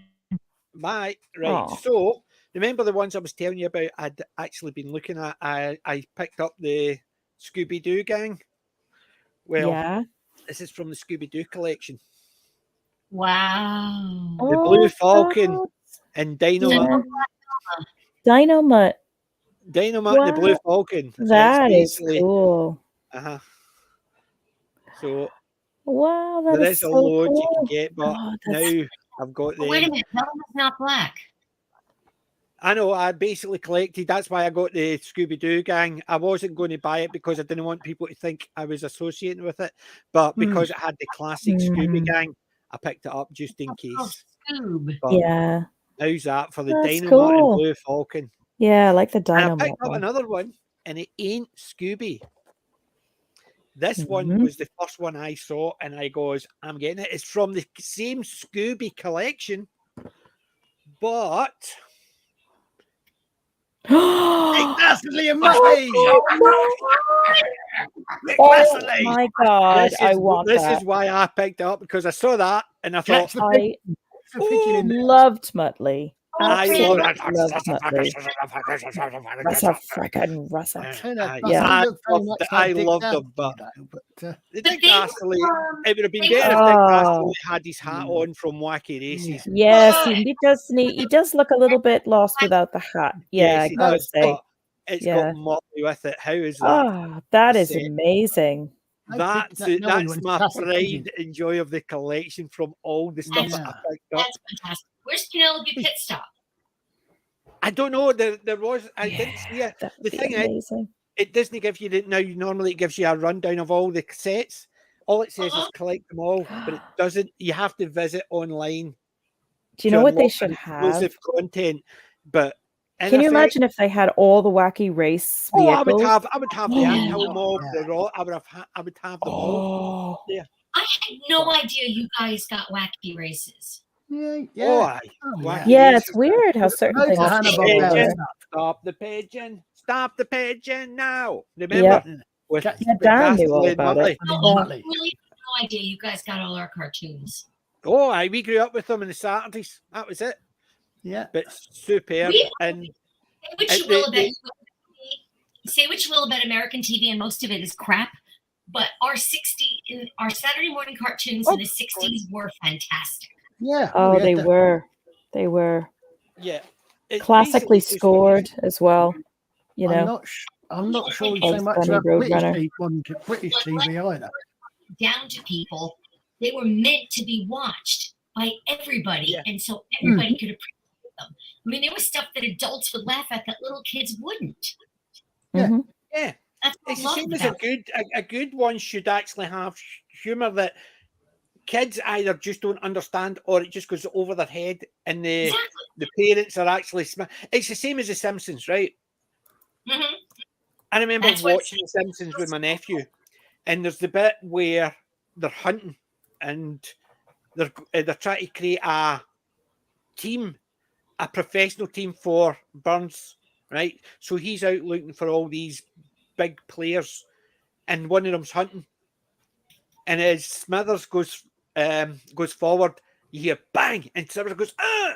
And the guy goes, oh, I thought you were deer. He says, you're not the first one to make that mistake. Kids were laughing because Smithers got shot and he made a joke about being a deer. But I was pissed myself because we know Smithers is predications. And the fact that I thought you were deer, I thought he says, yes, other people have made that mistake. Implying he sort of sells himself short, as it were. And that's what I like, a humour where it's two levels. The kids see it in one level, the adults in a different level. Early cartoons fantastic, like Bugs Bunny or Bullwinkle or Tennessee Tuxedo. Rocky and Bullwinkle, Tennessee Tuxedo, yes. Go Gophers. And that's what made them great. Yep. But I was going to actually bring out another one item, and I'm going to go and get it just now, because this other item, the Dick Dastle and Muttley are my favourite, but this other one item, I need to dig it out. Oh, I've actually got it here. I've already unboxed it. Well, it wasn't a boxing as such. It was just in a pack. Spider-Man. It's just a wee figurine. Spider-Man, right? Well, that's cool. I like the pose. That is the classic Spidey pose. You get stickies. Yeah. So you can stick them sideways on. So I'm thinking about putting them up on the glass, sideways like that. So he's going to stand against the screen like that. So you can actually just pin him onto things, and he can just stand like that. So he could. That's cool. It is a nice wee figure. And believe it or not, that one is in that shop I was telling you about, XS. It cost me £3 for a wee figure. They normally sell them for about a tenner. And considering the size of it, a tenner I think is probably about the right price for it. But it's just such a well-detailed figure. So he's going to get stuck onto the side. I don't know if he's going to get stuck onto the side of my monitor, so he's always in front of me, or he's going to basically hang upside down on something. But the sticky labels, I've just attached them ready to go. All I need to do is peel off the white, and that's him going to stick somewhere. So who knows where they'll end up. Tune in next week to find out. But yeah, a wee Spider-Man figure. That was my final thing. Yeah, that's a cool figure. It's actually very detailed. Yeah, I mean, look at the actual muscle. I mean, it's very well detailed. It's not just the normal plasticky looking. Yeah, the pose is accurate and everything. Yep, the pose is superb. And to me, can't beat that pose. So that's why I picked that up, because it was fairly inexpensive and he's just ready to go somewhere. And I don't know where to put him. I want to have him maybe standing at the side here. So he's stuck. So he's always facing out. I might actually do it in one of these ones, but I don't want him standing. I want him actually hanging onto something. And because it's got the stickies, and you even get an extra couple of stickies to do it. So see how strong the stickies are first before I actually start hanging them upside down on something. Clatter, bang, crash. Oh, he's not only knocked himself down, he's knocked 4 of my figures and broke them. Yes. Yeah. There are definitely hazards Yeah. that have to be worked out first. Yeah. So, as I said, I need to stop throwing things all over the place, but my dodgy hand means that I can't pick things up properly. So, that is my pick, as it were. My Yeah, that definitely wins the day. That is brilliant. Yeah. I must admit, Dastardly and Muttley just actually they do it for me. So they do. I grew up watching Wacky Races, and stuff like that. And then obviously watching Terry Thomas in the Monte Carlo or Bust playing his version of Dick Dastardly. Oh, Thomas was just an absolute legend. He was. Yeah. What was I going to say? It's gone out of my head now. Never mind. Moving on. It doesn't stay long. It doesn't stay long these days. It comes in, it goes, bye. Yeah. I'm out of here. It'll come back to me in a minute. Oh, I know. Underdog. There's a Funko. I saw a Funko once of Underdog, and I basically had to have it. So I've actually got a Funko of Underdog, which was freaking awesome. Right. There's a question. What makes it Spidey? Could be any Spider, but he's got his mask on, so he must be Spidey. Because if it's declared Spider-Man, then it would have Spider-Man. If it's meant to be Miles Morales Spider-Man, it would say Miles Morales. I think he means what make is it? What company made it? Oh, what make? I think that's what Melvin's asking. Yeah. Yes, at the end of that, what makes? Yeah. So.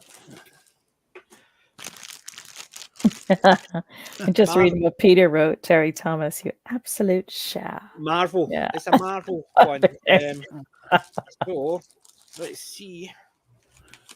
I'll try to find anything. So it says Marvel series. It's a Marvel series one. And it doesn't have anything else except Marvel on it. Marvel now. Arfx. It's called Arfx Stage, but it's for Marvel, so it's from the Marvel Studios collection. But it is a super figure, and I'm going to actually look to see if there's any more of those type, because they're fairly inexpensive, and the detail on the models, they do clip together. So when it came in a box, it came in a small enough box, and then that just clips in, and that's it. So you can only clip it in one way to give him the standard his proper pose.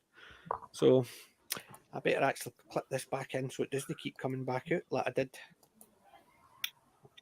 I broke it. Right, it's because I'm trying to clip it in the wrong way. Right, so there you go. So even the clip is actually quite sturdy. So once you've clipped it in, it stays in. It's not like a lot of these ones that slide out unless it clips in. So it just slides in, but the stud, it's quite there's quite a deep bit, so you can actually slide it in without it sliding off. What's that? That's for it.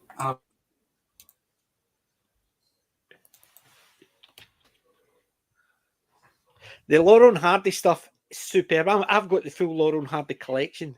There is a couple of movies not in the full collection for some reason. The one with John Riley. Oh, Stan and Ollie. Yeah. Yeah, that's good. Basically, but their story's backwards in it, so it is. Oh, really?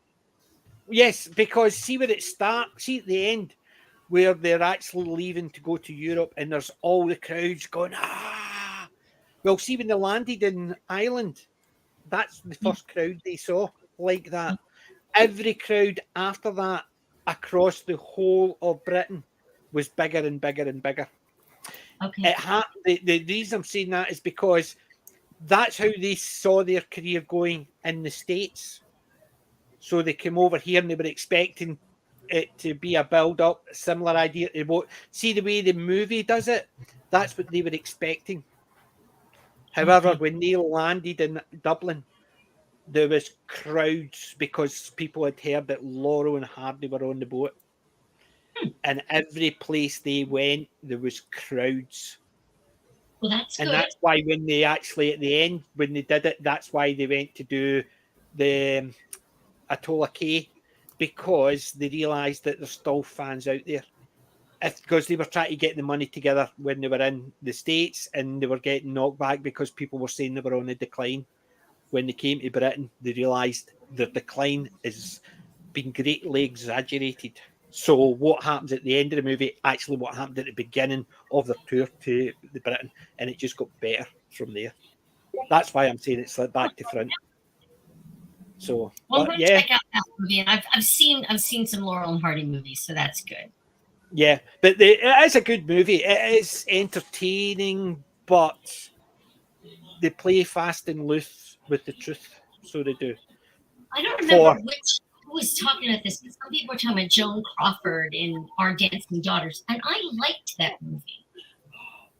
See that again? I don't remember which stream it was. I don't remember which stream I was on, but I was watching. But somebody was talking about Joan Crawford movies and how he didn't like her in Our Dancing Daughters, because I like silent movies, and she was in that one, and I actually really liked that movie. See, I think Joan Crawford was a really good actress. I really liked her in a lot of the stuff.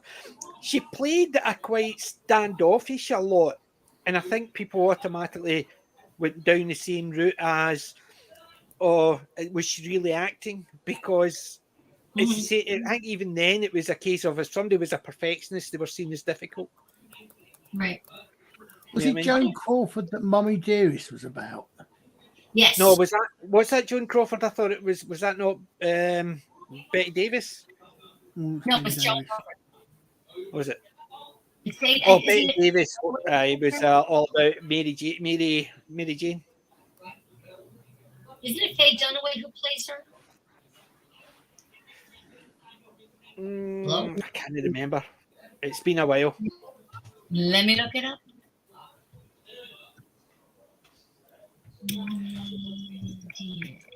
See, the Buster Keaton's the general, Melvin. I went with a friend who's sadly passed in it, but the general, we went to see it in a theatre, and the good thing is because it's silent, it was the score was done by an orchestra, so the orchestra to get people in to see them. Rather than just actually doing a show and inviting people in, they would get silent movies up and they would do the score for it. So it was actually really good. Accordingly, they'd done it a couple of times before. They tried it with like a Charlie Chaplin one or a Laurel and Hardy. But if they chose something with dialogue, they forgot that the dialogue had to be heard. So if they forgot that it had to be silent movies. So there was a couple of times they did ones that had dialogue, and they had a lot of people complaining. So they went for fully silent all the time. And one of the best ones they did was the General. Watching the General when it was actually the orchestra was live was absolutely amazing. So yeah, the General's a great one. But you absolute shower. I love Terry Thomas. Yeah. Yeah, Peter Harrington pointed out that Terry Thomas was in one of those movies we watched on the B Movie channel. What was the movie? Yeah, he played a really horrible husband who deserved his fate. Oh God, yes, that was the Vault of Horror.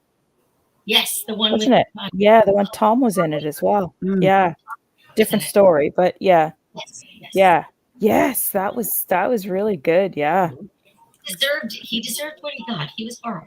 His character was Go out, Miranda.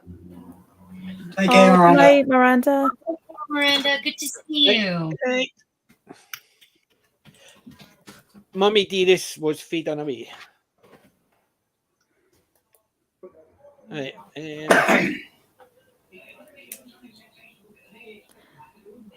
You okay there, Alex? Yeah. We can hear you can hear like television coming through. That's Philip. Okay. He's always got his TV up, lads. That's the problem. Oh, bless him. Maybe What's he was watching? actually always a great comedian.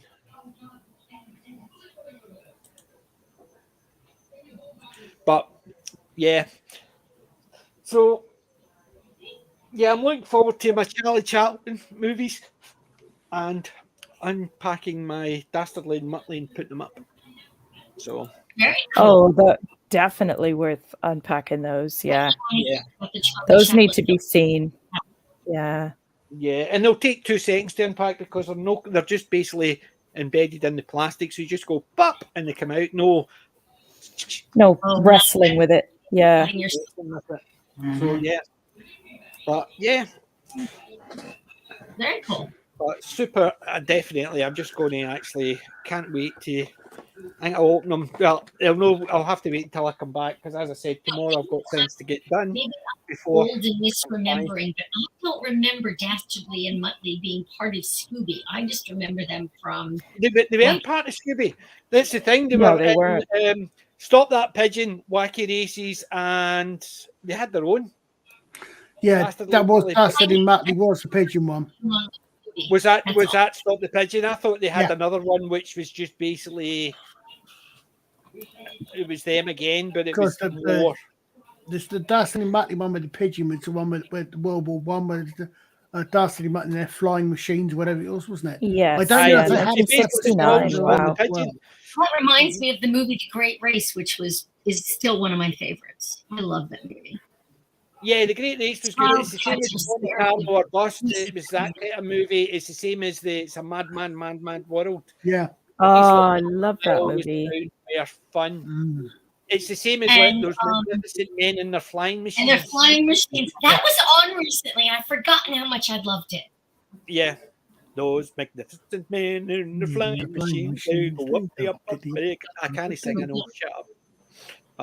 It had a terrific cast. I mean, Robert Tony Curtis, Fox, and what's her name? Sarah. Was it Sarah Miles? I think aye.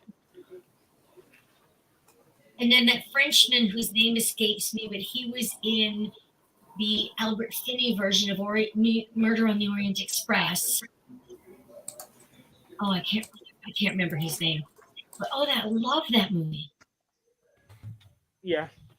I need to own them before they disappear off the face of the earth.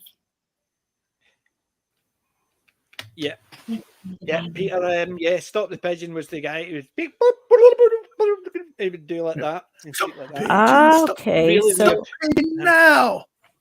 Yeah, okay, this is interesting. So it was Hanna-Barbera. I was wondering if it was definitely Hanna-Barbera. But it said Dastardly and Muttley and Their Flying Machines is an American animated television series, blah, blah, blah. Hanna-Barbera and a spin-off from Wacky Races. So Wacky Races was first. It was the parent, right. And then it came off that. Yeah, that makes sense. Okay. But I don't remember it being on with Scooby, that's all. Was Scooby also Hanna-Barbera? Because that could be why they're included in the same set, because in the same range, I should say. Because if it's Hanna-Barbera, well, you look at the other set. That could be why they're releasing them in a similar range. You look at the other set, Blue Falcon and Dynamite. Just trying to find out now.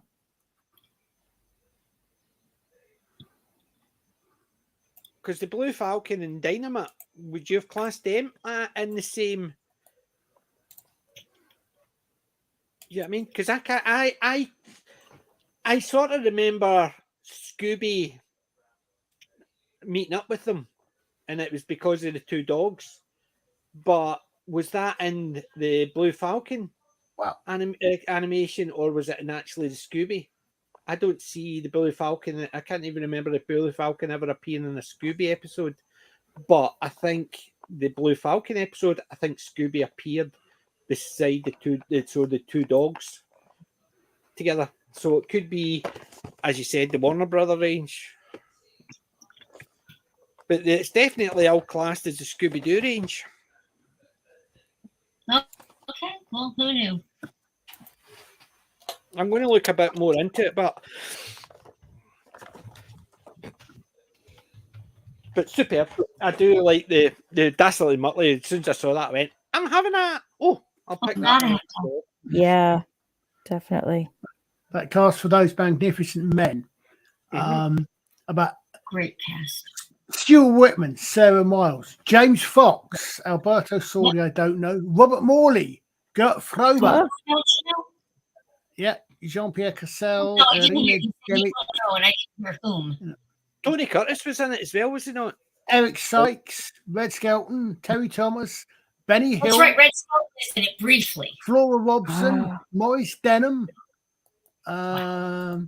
Eric Barr, and a few others I've not actually had. Yeah, but it was a Eric Barker, Christ Almighty. I remember my dad used to love watching the Red Skelton show. Oh, me too. I was little. Yeah, I remember it. Gordon Jackson, John Le Mesurier, Jeremy Lloyd, Millicent Martin. Wow. Norman Rossington. Wow. Some of those Tony names Hancock, I don't know, but some James are. Robertson Justice as the narrator. I mean, that was definitely a. It's definitely a movie need to put back in the watch list. Yeah. I mean, it's definitely the Magnificent Men, the Flying Machines was just fun. I think sometimes we all need a movie where you can just sit back and just laugh. Yeah, definitely. Yeah, it's the same as that. I remember we were saying about that it's a mad world. I think that's one of those movies where you can just sit back and just laugh at it because it's just funny. That is such a true masterpiece of a film. That is. Yeah. Also, you might remember this, but one of the channels in New York used to show it every New Year's Eve. Yeah, that makes sense. It could have been PIX, Channel 11, or one of them. Used to show it every New Year's Eve. And when I was still living at home, long story, but when I was living at home, we used to sit up and just watch this movie because it was just brilliant. I can remember watching it with my mom, and we actually were in pain from laughing to the point where you couldn't catch your breath. You're laughing so hard. Yeah. I used to watch it because my dad used to, anytime it was on, my dad would switch it on because he just sat back and just. I saw it in the movie theater. Yeah. It was on in the movie theaters originally in 1963, and I was a little too young to go, but they re-released it a little while later, and my parents took me. It was not at that drive-in near where you grew up, but it was in an indoor theater near where I grew up. And it was fantastic. Even at like 5 years old, I thought it was the funniest thing I'd ever seen.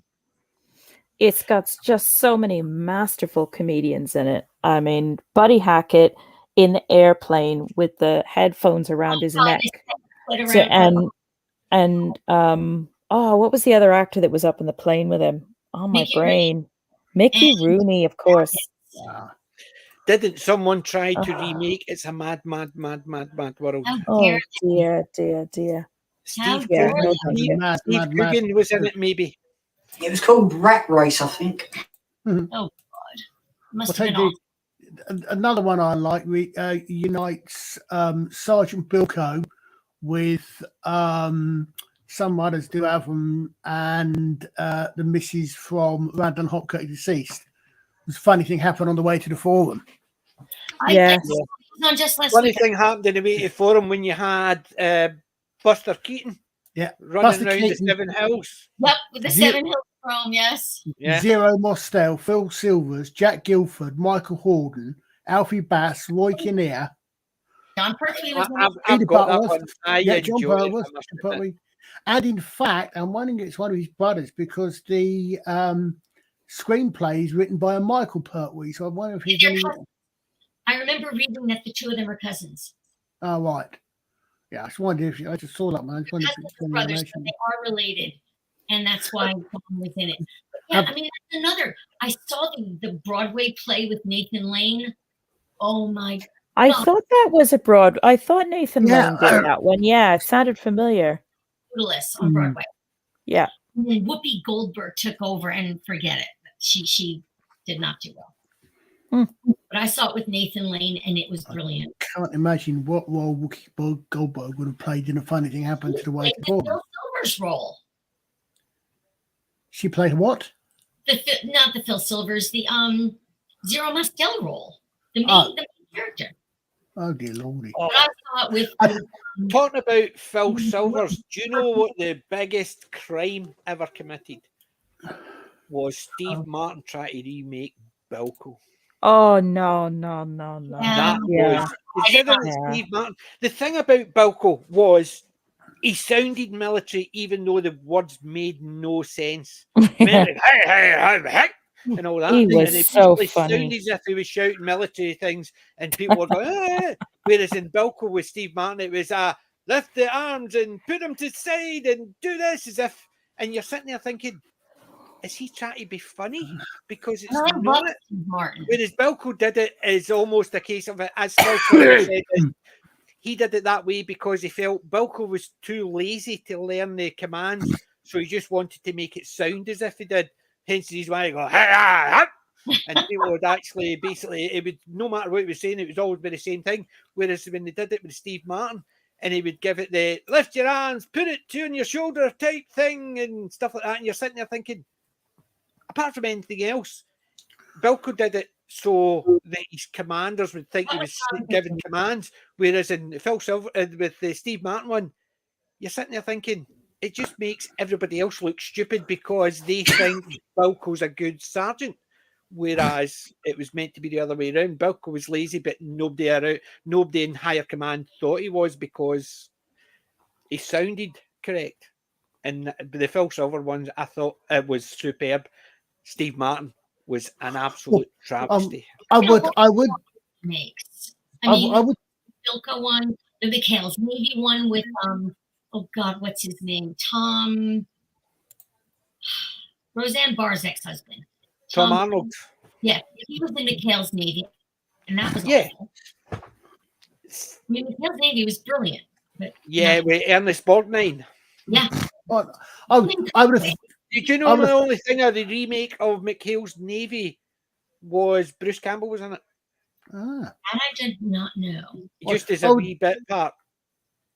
I would have thought that the big States you cannot duplicate that. The big hint about about Sergeant Bilko is it was called the Phil Silvers Show. Yes, it wasn't called Sergeant Bilko. And apparently, I know, but it was a spin-off from a film called The New Recruits. Right. And I've just got it up, and there's a 1955 movie called The New Recruits, where he's Master Sergeant Ernest G. Bilko, and there's another one of them looks like a. But that's what I'm saying. Like, we are aware that it was called the Phil Silver Show, but his character was so iconic. People called it the Bilko Show, as in as soon as you mentioned Bilko, that's what you didn't need to say Phil Silvers because everybody associates Phil Silvers as Bilko. Yeah, exactly. Yeah, it started out as part of the Jackie Gleason show, and it was so popular that they went off and spun it off onto their own. Mm-hmm. But it's the thing is when you've got a character who's so associated with it, and then you try and reboot it with a different character, and people they wonder why people don't like it. I wonder what that sounds like. Sort of sounds like 2020 onwards, really.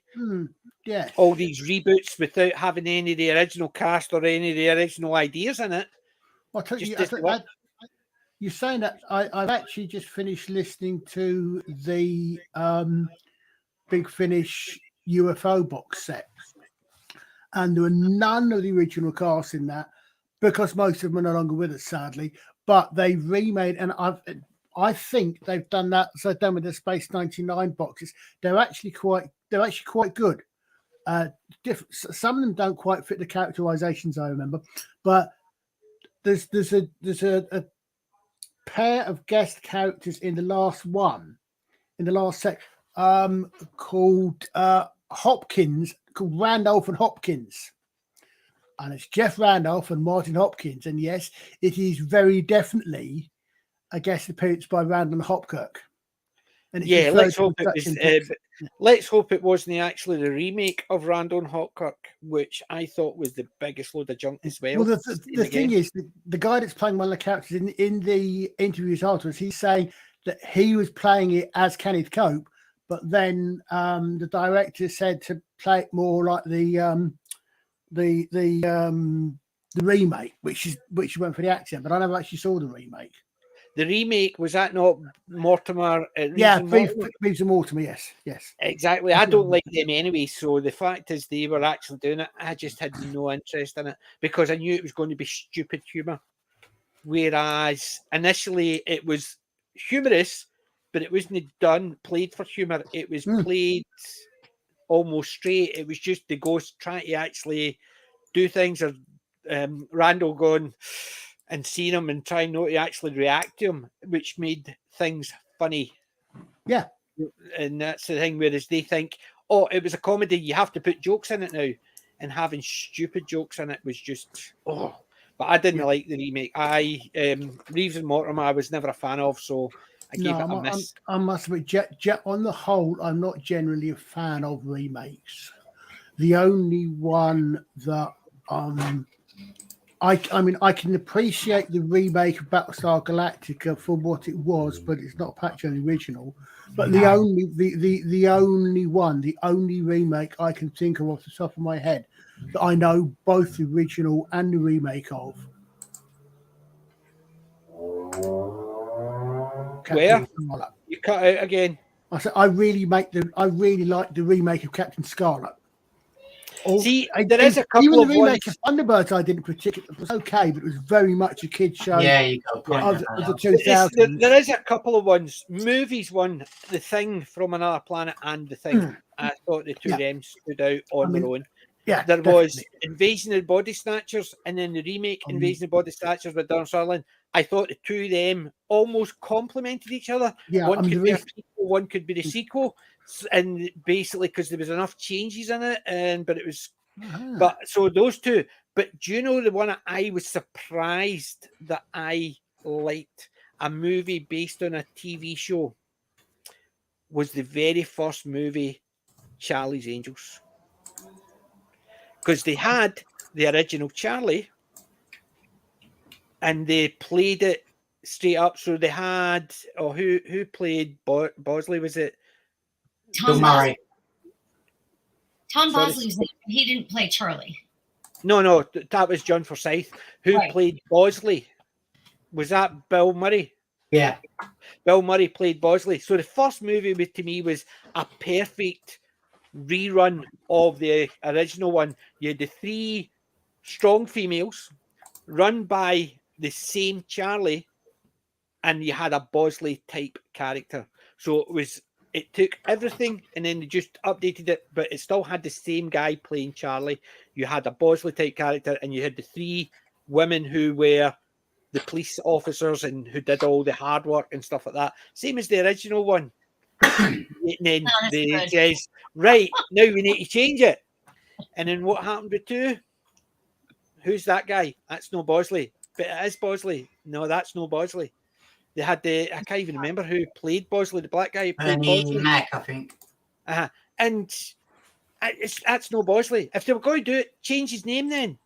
But they kept the name, and they just it's not even the fact is, it's not to do with the fact is it was a black guy playing it. The character was not Bosley. Bosley was very like an English gentleman's gentleman, as they say. He was a butler. He was a manservant to Charlie. He basically was the go-between between both, but he was a gentleman's gentleman, as they called it, like a butler type. Whereas this new Bosley was like a rapper, and he did this, and you're sitting there thinking, no, it's not got the personality. So it didn't matter who played it. If he still played like a gentleman's gentleman, a butler to a millionaire who was the go-between, it would have still worked. But they didn't. They changed it, and they had to make it less white, and it just ruined it.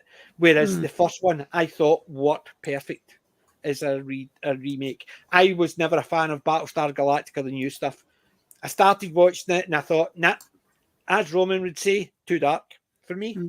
But I just did not see it at all.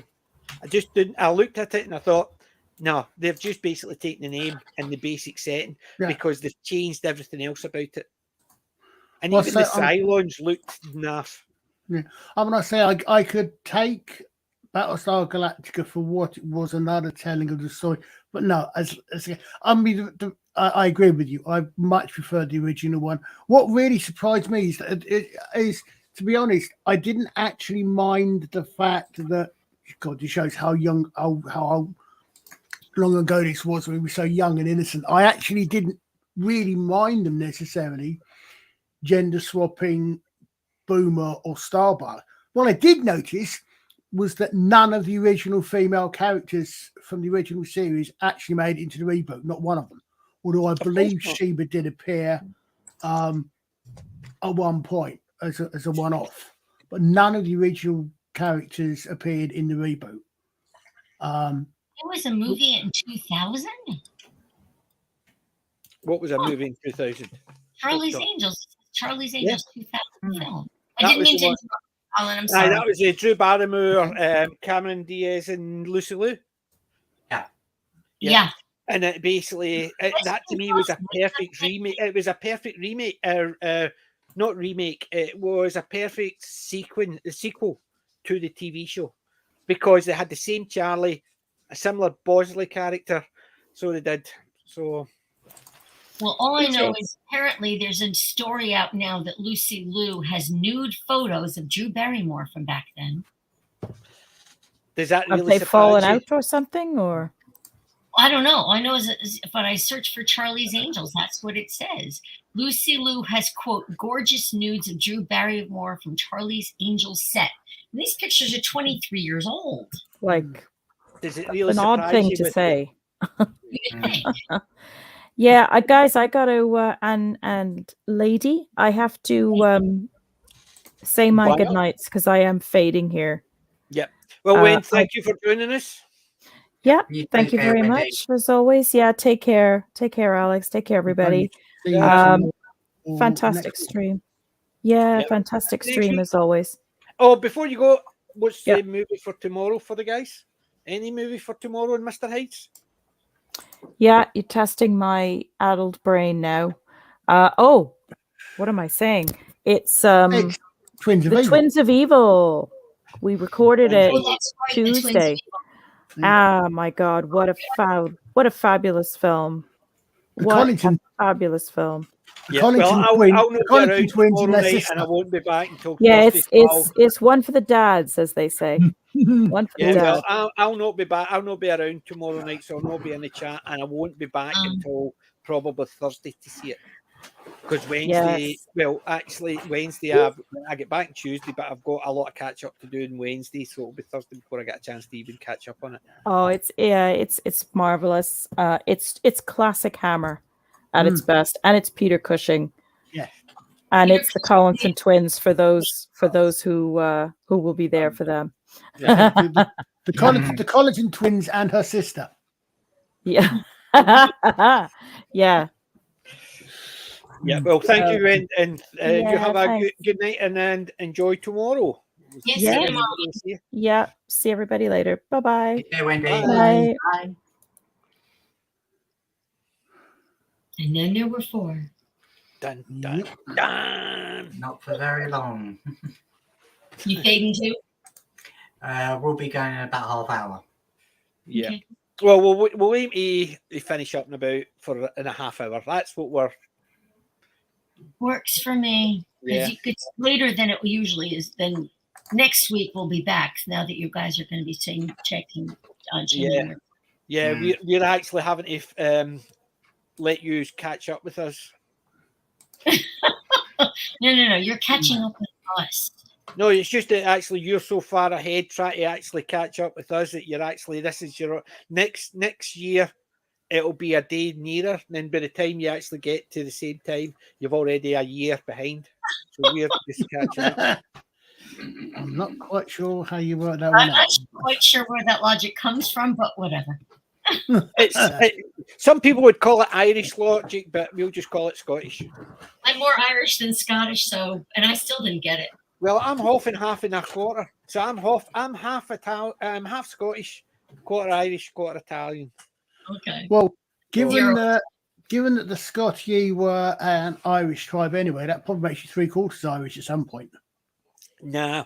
See, the Scottish actually were so regressive that the Scots actually says, nah, we're off. Mm. Well, but then again, when you come from perfection, some of those Irish came from Scotland, so.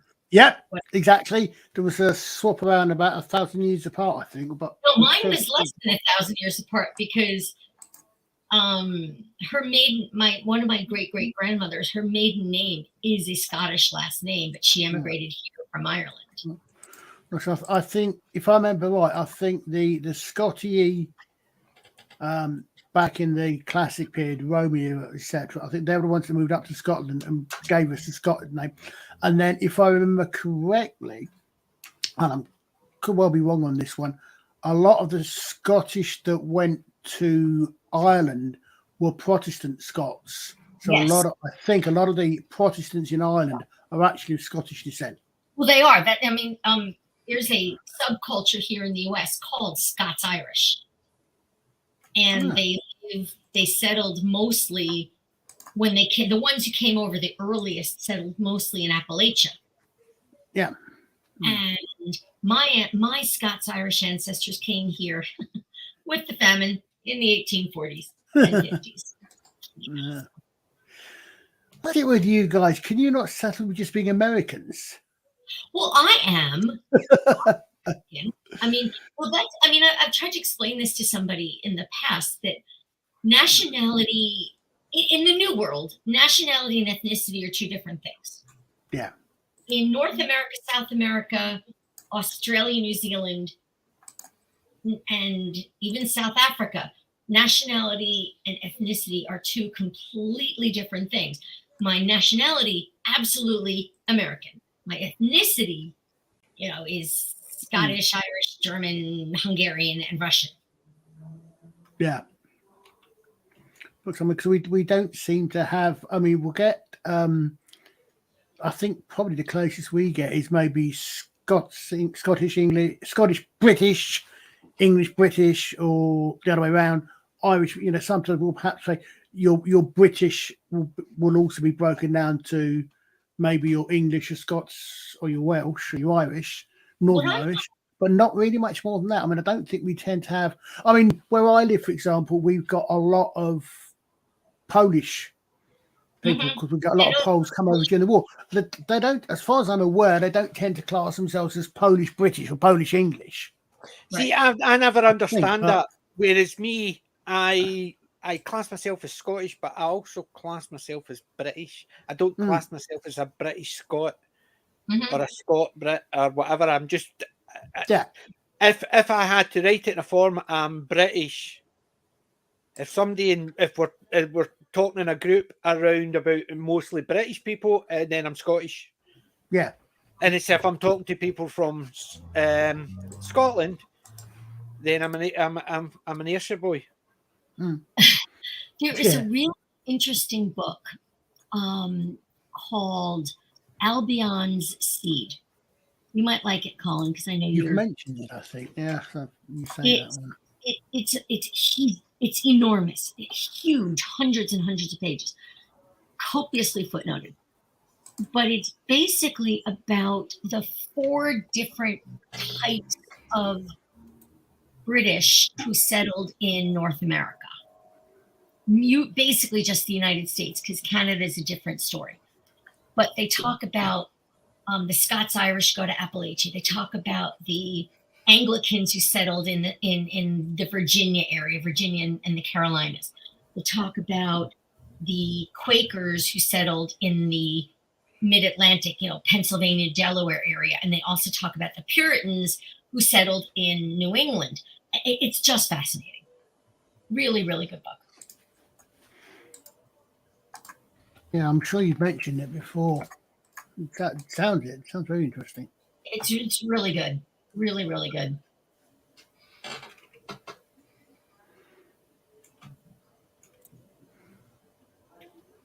And that's British history from. We've done all the clans of Scotland, clans of Ireland, clans of England, and the clans of Wales. Well, they're actually all tribes, but we actually like to tidy up and call them all clans because clans are better. You've got two history nuts on the stream. Yes, whereas you've got 4 nuts on the stream, you've just got 2 history.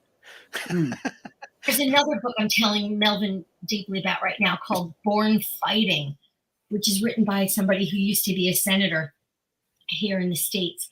And it's about the history of the Scotch-Irish, or Scots-Irish, excuse me. And right, okay, right. What about this one? Really, you might actually like this one based on that wee story, that the name of the book. It's when the English were moving up to Scotland to invade it during the certain king's reign. Braveheart sort of covered it, so we'll just leave it at that. So we know it's no true, but and there's a wee Scotsman standing at the border going, "Oh, English bastards! Oh, English bastards!"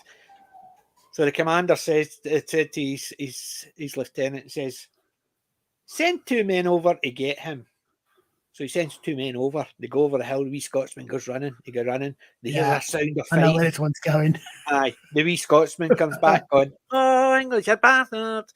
So the lieutenant turns to the sergeant and says, "You, take 10 men and bring him back." So they go marching, chasing over a hill. The wee Scotsman goes running. There's a sound of fighting. The wee Scotsman comes up. "Oh, English pussies, they can't do it." So the lieutenant says, "Captain, take your whole unit over that hill and get him." So about 50 men, whoa, over the hill. There's a sound of a major battle. And the wee Scotsman going, "Na, na, na, na, na, na, na."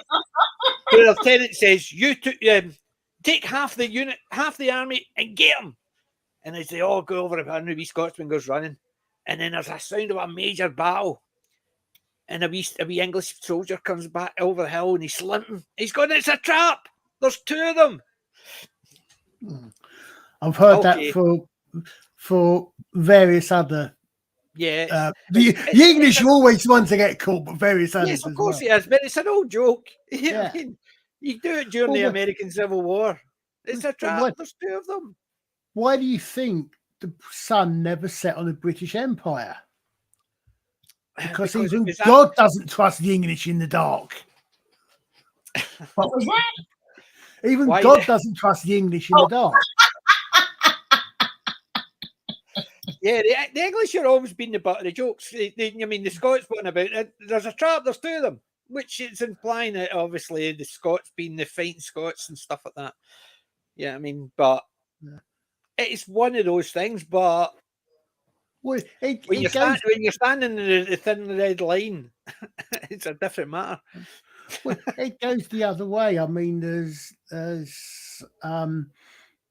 to quote, and I assure you ahead of time, I intend absolutely no disrespect to the men and women in uniform, but the United States Marine Corps hymn. If the Army and the Navy ever get to heaven's if the Army and get heaven, they'll find the streets are guarded by United States Marines. Yes, because the British Marines are out there where the trouble is. Oh, that's cool. As I said, there was one movie about the. That's very cool.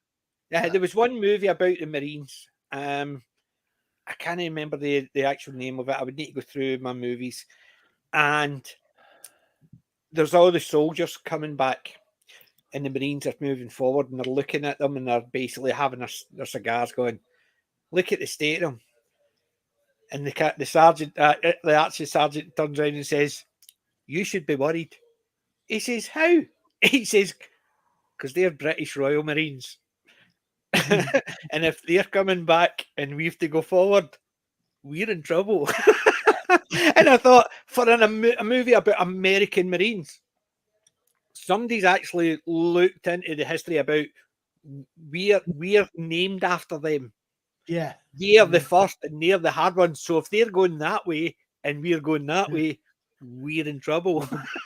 And I thought it was a very nice thing because this was a movie all about American, and then they basically just see the unit of Royal Marines coming back, and they're in some state, and they're an American, typical cocky American. Look at the state of them. He's like, well, you should be worried because they're Royal Marines and they're going that way, and we have to go in where they're basically leaving.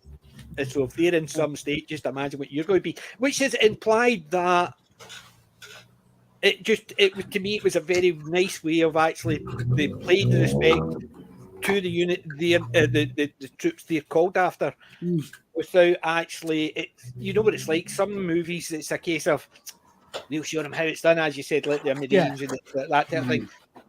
I thought it was a very nice way they paid respect for the Marines to pay respect to the Royal Marines that they've taken over from, they're taking the name from.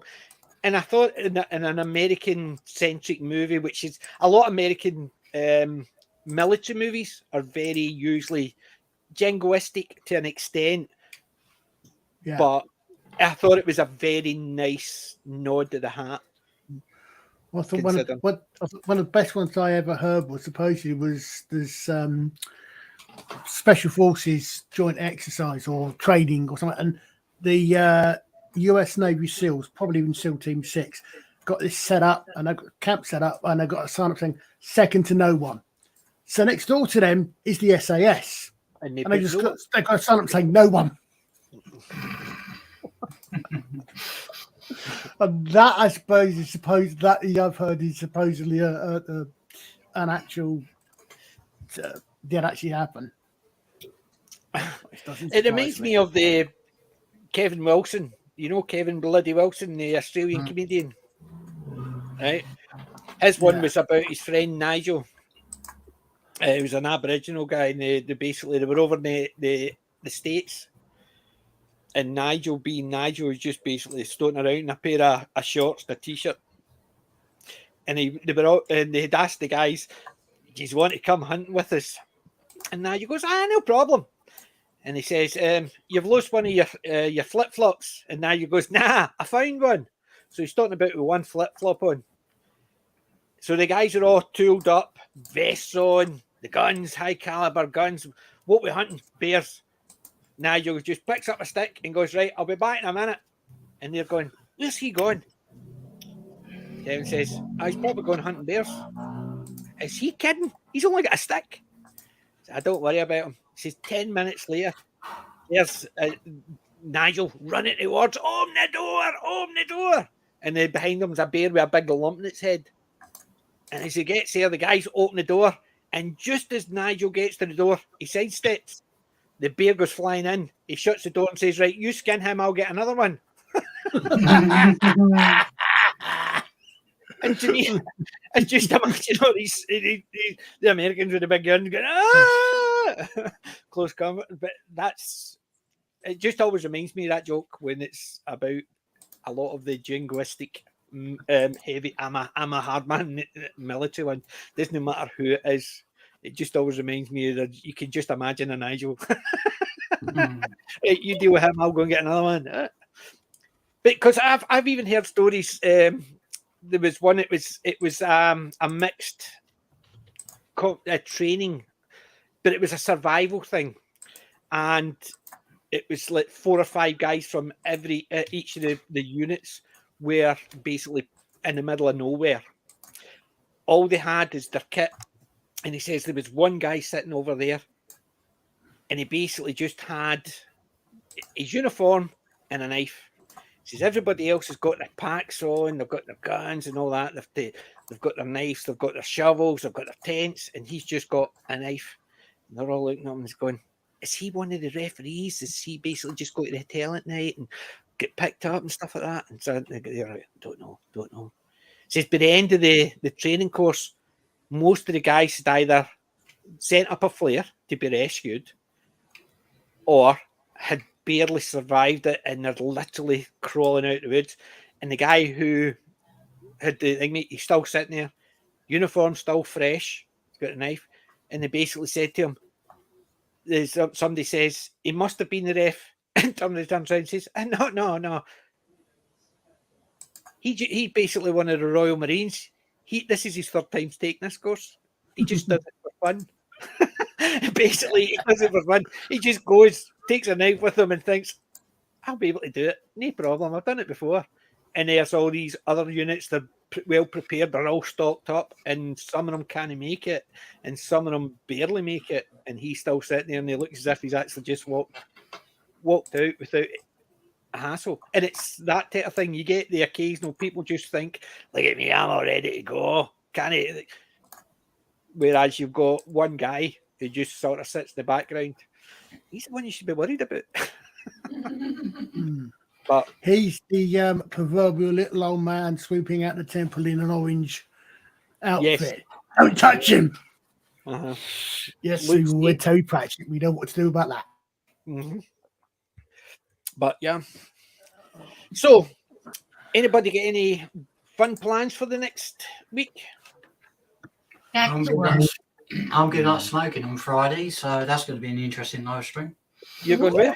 I'm giving up smoking. Oh, that's right. You're off smoking Friday. Yeah. Well, I'm not going to be around for Mondays because I'll be down in Southampton, and we've changed Mondays at the moment. We'll put it back. Mm-hmm. Yeah. Because I'll not be around. I'll be in Southampton on Monday, and I don't know. That's a hike from where you I'm going to be working. Eh? I said that's a hike from you. Just a wee bit. So the thing is, I'm flying down, yes, but I'm up at 4 o'clock in the morning to fly down. Then I've got 2 full days of work, and then I'm back up. So it should be fun. By your arms will be tired by the time we get down there. Mm-hmm. Stop that pigeon. Stop that pigeon. Yeah. So basically, I'm just... This week's going to be, as I said, tonight when I finish, my machine's getting switched off because I'm busy tomorrow and it ain't getting switched back on until Wednesday night. So my machine's going to actually think something's happened to it and need power into it for such a long time. So it's going to be fun working away. The Hoddit and Doddit were meant to get a shave tomorrow, but the groomer can't make it, so they're having to put it off for another couple of weeks. So they're actually going to, I don't know if they can see anymore because their hair is literally like that. I just finished series 3 of For the Love of Dogs, and there was a Shih Tzu and a Yorkie, both of whom were so badly matted that it was so sad. Yeah. Definitely. Dogs like that. They're just basically just so heavy growth that basically it's almost like trying to look through the gaps in the hair. The dogs don't. If it was us, we'd be sitting there going like that, trying to get a better look. The dogs just sit there with the hair going like that, and as if to say, "I don't care if I can't see you." One of the dogs, I think it was a Shih Tzu, their eyelashes had grown in with the matting, so he had trouble even blinking. So he had eye infections. It was horrible. Yeah, I can never understand how people actually let their dogs like that. I don't know. Unfortunately, the one thing I won't be doing tomorrow is catching up on Beyond Paradise because there wasn't one on this week. Well, it was, but it was the one that was delayed from last week because of. That's what I was wondering because we got it last week. Yeah.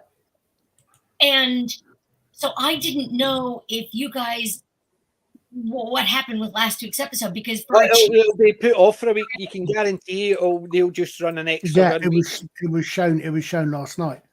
But, so we're ahead of you then because we just started. There will be. That'll be exactly because it's basically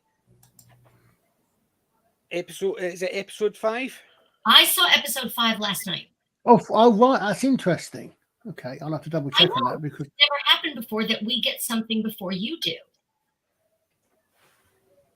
It's looked up on IMDb, and IMDb showing episode 5 as net. Yeah, well, all I know is on BritBox. That's because it wasn't on public, what publicly aired. Unless I'm getting my dates wrong, of course. Last night, and without giving away any spoilers, the end of the episode is. Well, easy way to actually know it. Episode 4 was the crop circle. Yeah. Yes. Right. Episode 4 is the crop circle. Episode 5 is the next one. I saw last night.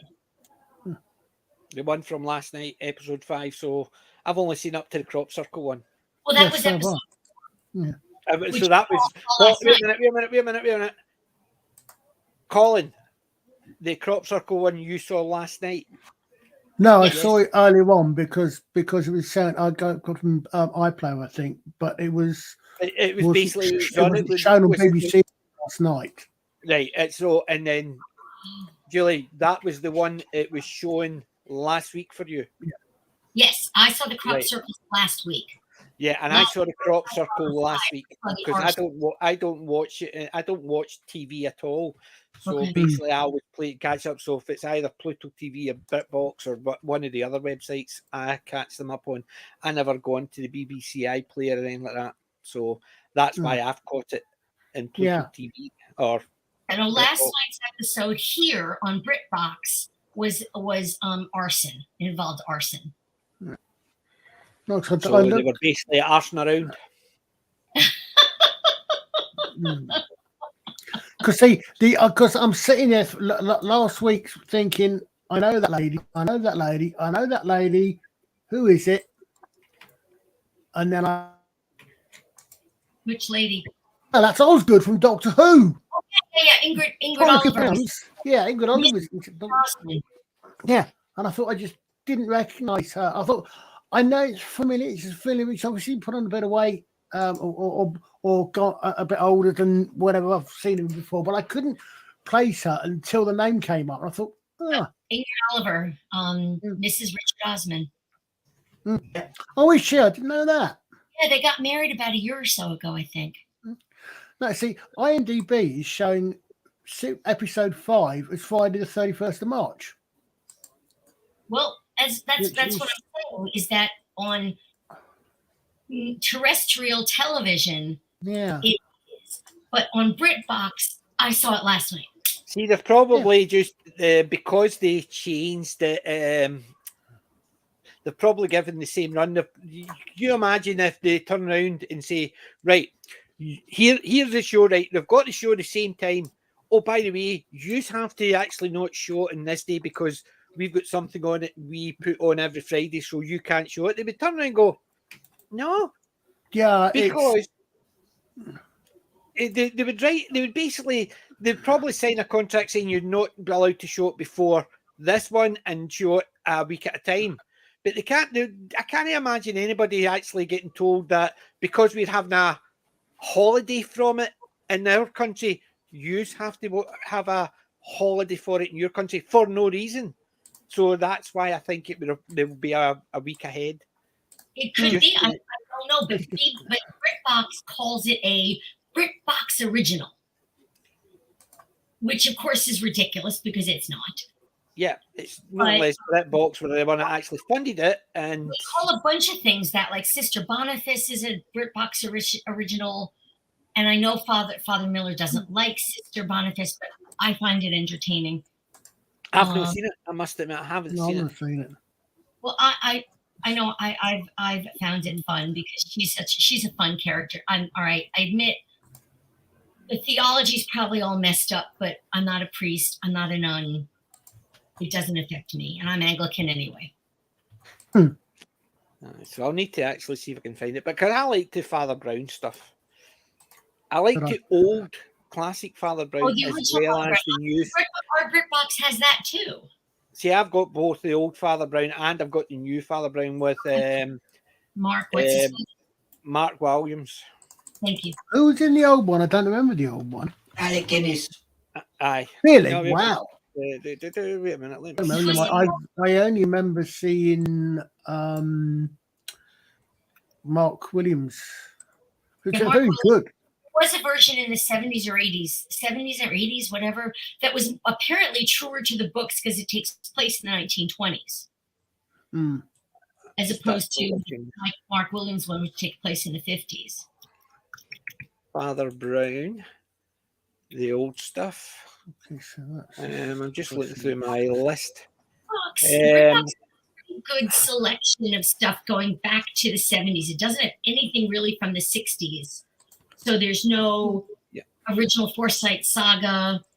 There's no Susan Hampshire version of Vanity Fair, which I would absolutely love to see again because I adored that series back in the 60s.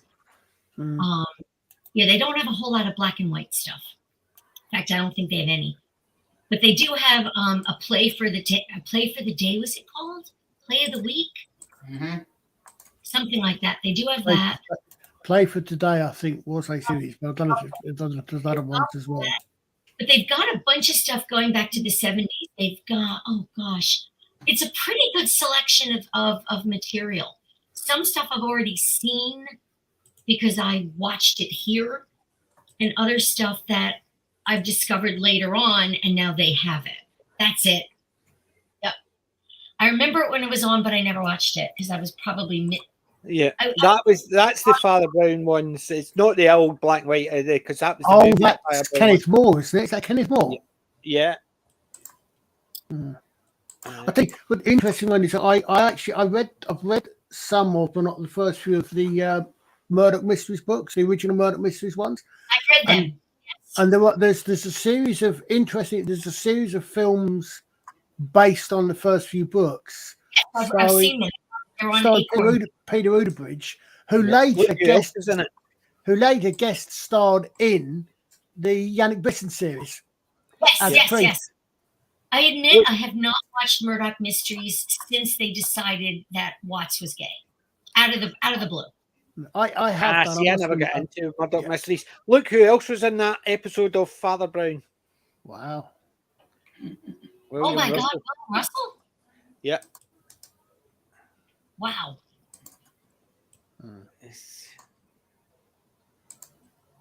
Melvin Deeply's asking, wasn't Alec Guinness Father Brown? That I do not know. He was. It was Father Brown.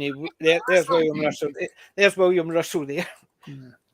He hasn't changed. Was Alec Guinness on TV, or was he in films? Was one of the films with Alec Guinness in it, perhaps? I think it's films. Oh, he's playing a priest. Yeah. He's got big hair. He just it's 1970s hair. I know. I remember 70s hair. My hair never got that big. I also loved. They also used to have. I've watched. They also have. Oh no, is it BritBox or Acorn that has Campion, which I've watched every episode. Campion, I recognize the name. Yeah. Peter Davison is in it, and The Last Detective. They don't have the Bernard Cribbins movie, but they have the Peter Davison series.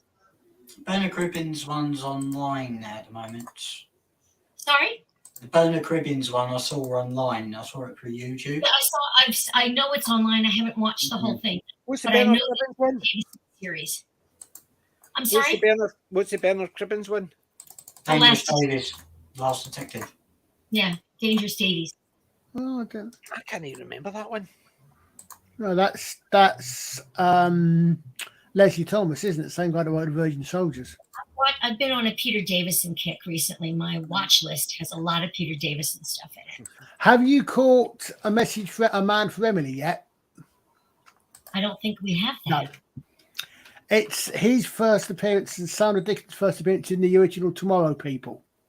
Oh, I think we do get I think I've been able to find the Tomorrow People. Hold on, let me see. I can't remember which season is offhand, but I think it's called A Man for Emily. And you need to actually say what season, what episode. If it's a TV show, try to find the actual name of the episode. Yeah, I know.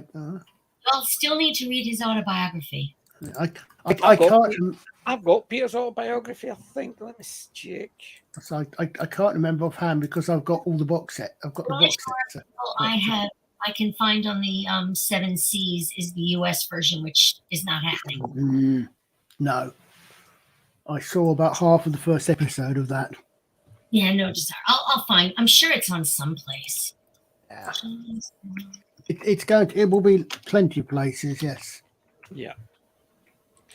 Speaking of Bernard Cribbins, his autobiography was published, but Audible, because he did the narration.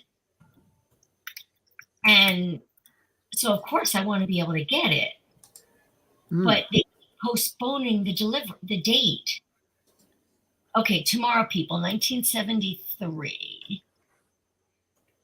Is it available anywhere? No. It's not available for streaming. I'm sure I can find it somewhere on YouTube or Daily Motion. Yeah. Sure, it's on YouTube somewhere. But yeah, definitely check. You all have to really check out Peter Davison's autobiography. It's really good. Right, I've got that one. So I have in my audio. These are obviously talking about something else, but I was looking at, I've got Peter Davison's Is There Life Outside the Box? It's fantastic. I've got that in my audio books. I'm gonna have to check that on audio. I've read it in regular book. I'd love. Does he do the narration? He does.